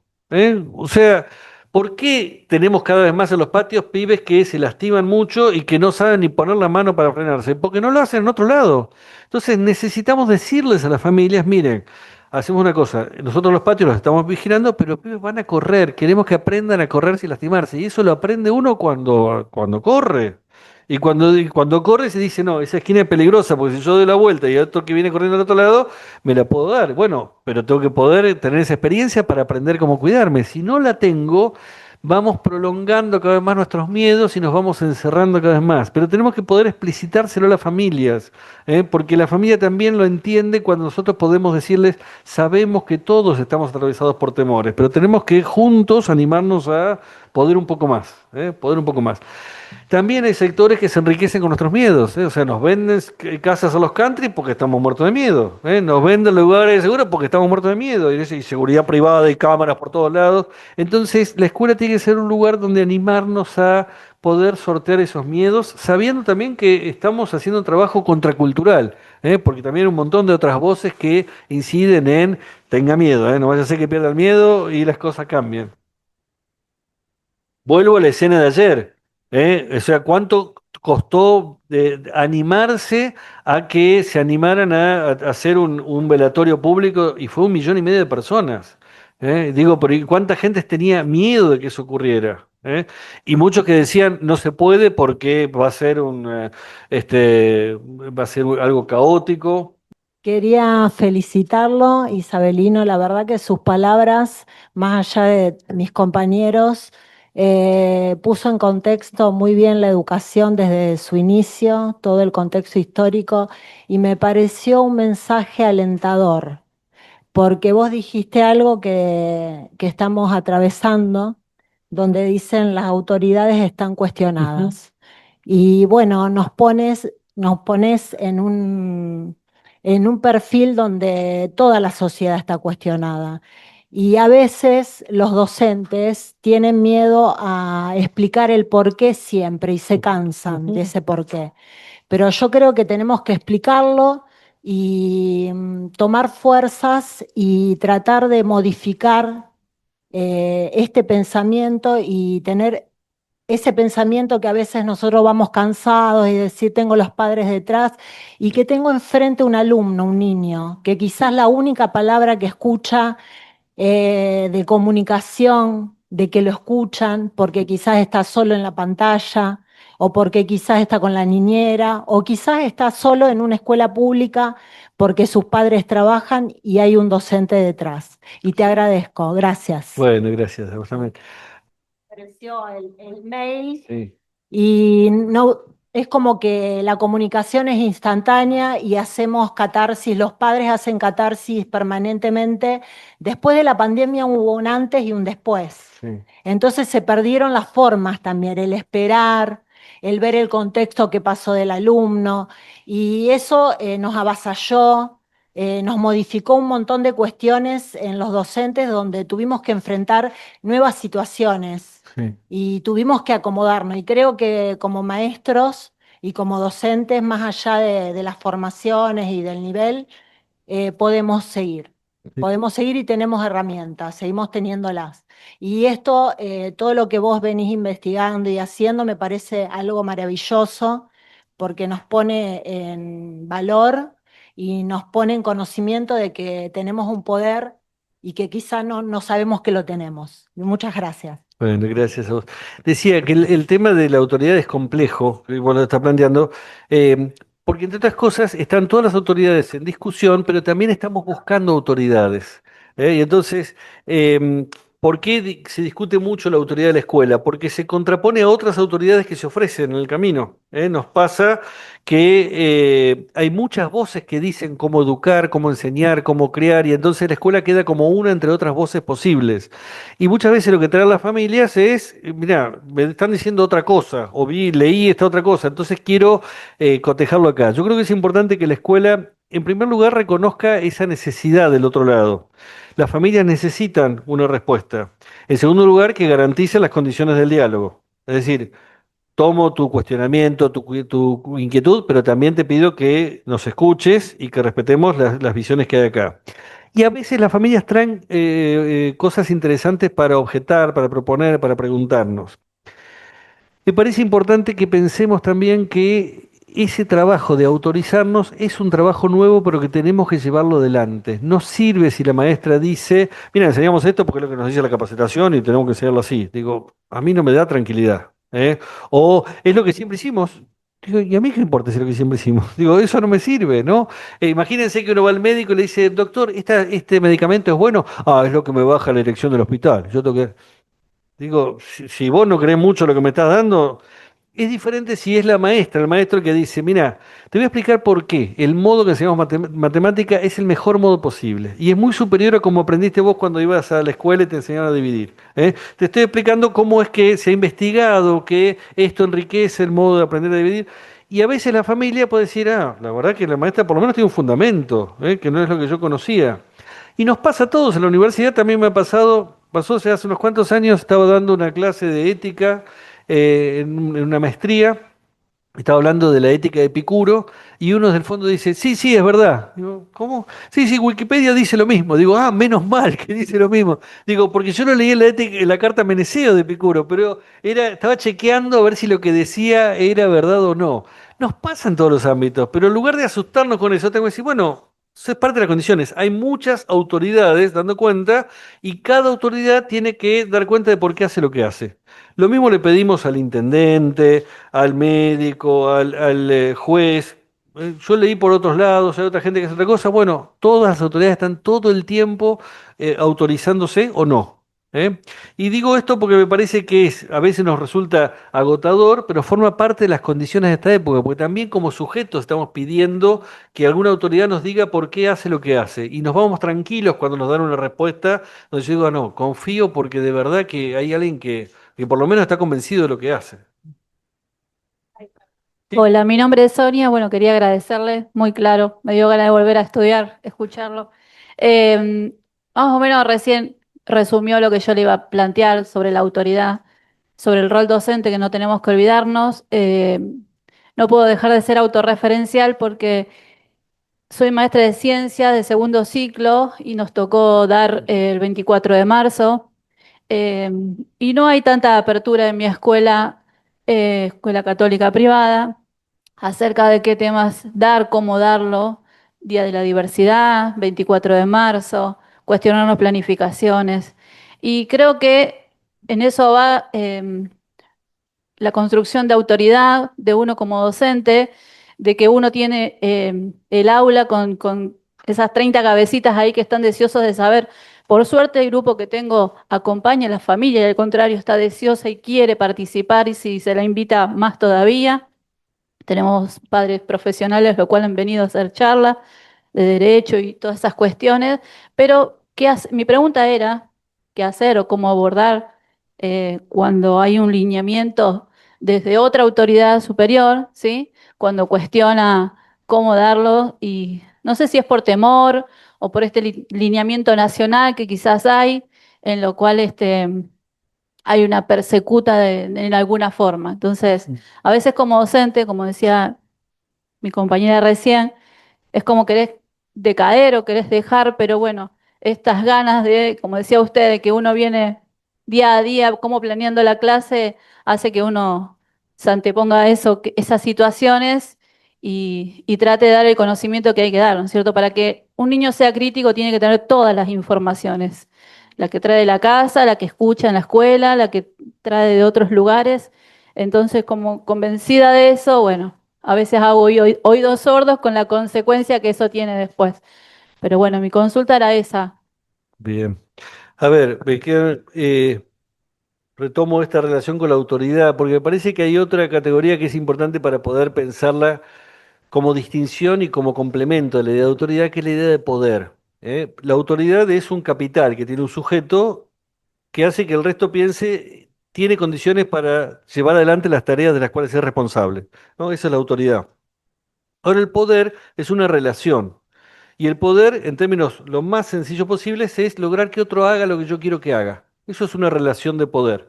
Cuando uno lleva adelante algo para que otro haga lo que yo quiero que haga. Me parece importante pensarlo porque la didáctica establece también una relación de poder. Cuando yo quiero enseñar a leer y escribir, quiero que otro haga lo que quiero que haga. Entonces yo establezco relaciones de poder en la escuela. Y esto implica que en diferentes ámbitos de la vida, incluyendo la escuela, vamos pensando estrategias para poder hacer eso que tenemos como proyecto, como alternativa. Te pasa a vos y nos ha pasado a todos y ha pasado a lo largo de la historia un montón de gente que trabaja en condiciones muy asfixiantes, donde lo que podemos hacer es poco. Y eso exige más creatividad para el ejercicio del poder. ¿Eh? A mí me tocó ser alumno de escuela secundaria en toda la dictadura. Me acuerdo una vez que un profesor, uno en clase le preguntó qué opinaba sobre la tortura, ¿no? Años 78, 79, en medio. Profesor, en un contexto de un colegio privado donde no sabía, estábamos a 2 cuadras de la CIDE, no sabía quién podía estar acá. Y el profesor dijo, creo que la tortura tiene un serio riesgo contra la verdad. Es difícil saber qué es la verdad cuando se obtiene con la tortura. Y siguió dando clase. No es que dijo yo no puedo decir nada, ni dijo quizá todo lo que pensaba, pero 50 años después yo recuerdo esa frase porque digo, ahí hay alguien que dejó una marquita chiquitita, pero esa marquita me estaba diciendo que había mucho más detrás de él que estaba diciendo. Entonces creo que esa situación que podés estar viviendo como muy limitada, pues sí, bueno, tendré que ser muy creativa en el ejercicio del poder. ¿Qué es lo que estoy en condiciones de hacer para poder despertar algo de lo que me interesa despertar acá? Sabiendo que hacer un tratamiento frontal en contra de las autoridades de la escuela te deja fuera y perdiste y no lograste nada. Entonces quizá hay que pensar, bueno, a ver, de qué manera logramos hacer y en la dictadura hubo un montón de ejemplos de gente que logró muchísimas cosas. En la ciudad de Buenos Aires, por ejemplo, había un currículum que prohibía trabajar ciertas letras. Había unas letras que se podían trabajar en primer grado y otras en segundo grado. Entonces no se podían utilizar distintas letras. Y eso quedaba en el cuaderno de clases. Algunas directoras de escuela y maestras inventaron el cuaderno entre nosotros, que era un cuaderno. Entonces decían, bueno, hoy vamos a trabajar en el cuaderno entre nosotros, que era un cuadernito con el que trabajaban, pero si llegaba a venir inspección o algo así, escondían el cuadernito y decían, no, ese es entre nosotros. Y claro, los chicos no sabían que estaban usando un cuaderno que era resistente. Pero eran maneras de ir diciendo, a ver, ¿cómo hago para que algo llegue, que algo se cuestione? Y me parece que también es interesante pensar el trabajo docente como un trabajo de ejercicio del poder. El poder en un contexto que siempre es medianamente adverso, y que eso implica un trabajo de creatividad. Digo, para poder salir. Es cierto que a veces uno tiene sensación de malestar y de asfixia, y lo entiendo. Pero también puedes decir, voy a ver cómo creo algo por acá. Vuelvo a la imagen de Luis Iglesias. Luis Iglesias lo mandaron, o sea, por un discurso que dieron en un acto público, dijeron, te vamos a mandar hasta donde el diablo perdió el poncho, por decirlo de manera elegante, en una escuelita absolutamente perdida, que ahora ya es una zona urbana, donde te vas a quedar ahí solito. El tipo tenía todos alumnos de escuela rural y el tipo en ese lugar empezó a ver, bueno, ¿cómo hago la mejor escuela posible en estas condiciones? Y armó la escuela rural unitaria, ¿no? Y armó una didáctica para la escuela rural con un montón de chicos y hoy conocemos la experiencia de Luis Iglesias porque fue maravilloso lo que armó en las condiciones más adversas que le pudieron poner en ese momento. Entonces creo que es interesante esto de pensar, bueno, ¿y yo qué puedo? Y quizás puedo más de lo que a primera vista creo que puedo. Iría por ahí. No sé si sirve, pero es lo que se me ocurre. Gracias. Hola, ¿qué tal? Sí. Bueno, primero, muchas gracias. Nosotros usamos la bibliografía, por eso vinimos. En el instituto, somos de un instituto terciario y tomamos siempre tus textos. Y quería, en realidad tomé la palabra por lo que estaba diciendo la compañera recién, que en realidad lo que sucede ahora es todo lo contrario de lo que pasaba en la dictadura, porque ahora justamente lo que es ley Sí. es lo que está prohibido. O sea, nosotros, por ejemplo, en nuestro diseño curricular de la provincia de Santa Fe, como profesores de secundaria, acá algunos somos del profesorado de geografía y de profesorado de nivel inicial y de nivel primario. Pero el tema Palestina, por ejemplo, es un tema que está en el diseño curricular, pero por el amedrentamiento que hay, los profesores no se animan a darlo. Lo mismo pasa con la ESI es ley, sin embargo, no se animan a darlo. El Día de la Memoria también, es lo que estaba comentando la compañera. Entonces, sucede algo que es muy distinto, es como que la prohibición está dada justamente no por la ley, sino por el uso. Y por la presión de la sociedad, de la Es, comunidad, de la escuela, exacto, o la y institución. por el miedo, o Ujú. sea, por el miedo a, uy, me van a escrachar, uy, me posiciono. Entonces, como que justamente esto me parece que es algo que tenemos que desandar. O sea, creo que en la formación docente lo importante es perder el miedo. Ujú. Justamente lo que vos decías, perder el miedo a salir a la calle, pero también perder el miedo a animarnos a dar contenidos que son ley encima, porque Ujú. encima nos Sí. acompaña la legislación, no es que está prohibido como en la dictadura, pero fíjate cómo cambia la sociedad y esto que vos decías del contexto, bueno, que está en toda tu bibliografía, toda la Sí. cuestión de pensar el contexto, ¿no es cierto? Pero bueno, me parece que siendo que estamos en escuelas privadas también, yo soy de escuela pública y bueno, y el instituto que trabajo es público, pero sí pensar, me parece que el mensaje más fuerte tiene que ser esto de no tener miedo, porque justamente es el momento, y coincido con vos, donde si vamos a hacer la revolución, la vamos a hacer en las aulas. O sea, creo que es ahí donde podemos generar un cambio justamente frente a toda esta Sí. cuestión de no encontrar lazos en común. Por esto un poco de lo que vos decías, que me pareció súper interesante. Yo pensaba en esto que vos decías de cuando mirábamos el dibujito a las 5 de la tarde, pero también mamá miraba la novela, que era la única novela que daban a las 8 de la noche y todo el mundo hablaba de lo mismo. Y ahora cada uno mira lo que quiere, entonces depende si vos encontrás a alguien que está mirando la misma serie que vos, tenés tema de conversación. Entonces como que el individualismo prima y es muy difícil encontrar cosas en común. Entonces me parece que es la escuela justamente, la escuela primaria, secundaria, nivel inicial, la escuela, incluso el terciario, que es el caso nuestro, es la institucionalidad la que nos va a permitir, porque encima tenemos el amparo legal para hacerlo, Sí. de construir esta contracultura. Y me parece que tu trabajo es fantástico y creo que tu bibliografía, por lo menos a mí, me sirve un montón. O sea, me sirve un montón, un poco esto de que decir lo que quiero que diga, pero bueno. Pero bueno, te agradezco mucho y agradezco que hayas venido a Rosario y bueno, y agradezco a Sadop. Bueno, muchas gracias. También es bueno para quienes escribimos saber que algo sirve, ¿viste? Porque la escritura a veces es un trabajo muy solitario y muchas veces me ha pasado estar pensando, digo, ¿esto le interesará a alguien en algún momento o no? Y también creo que es bueno para los estudiantes el vínculo con autores con los que trabajan en el profesorado.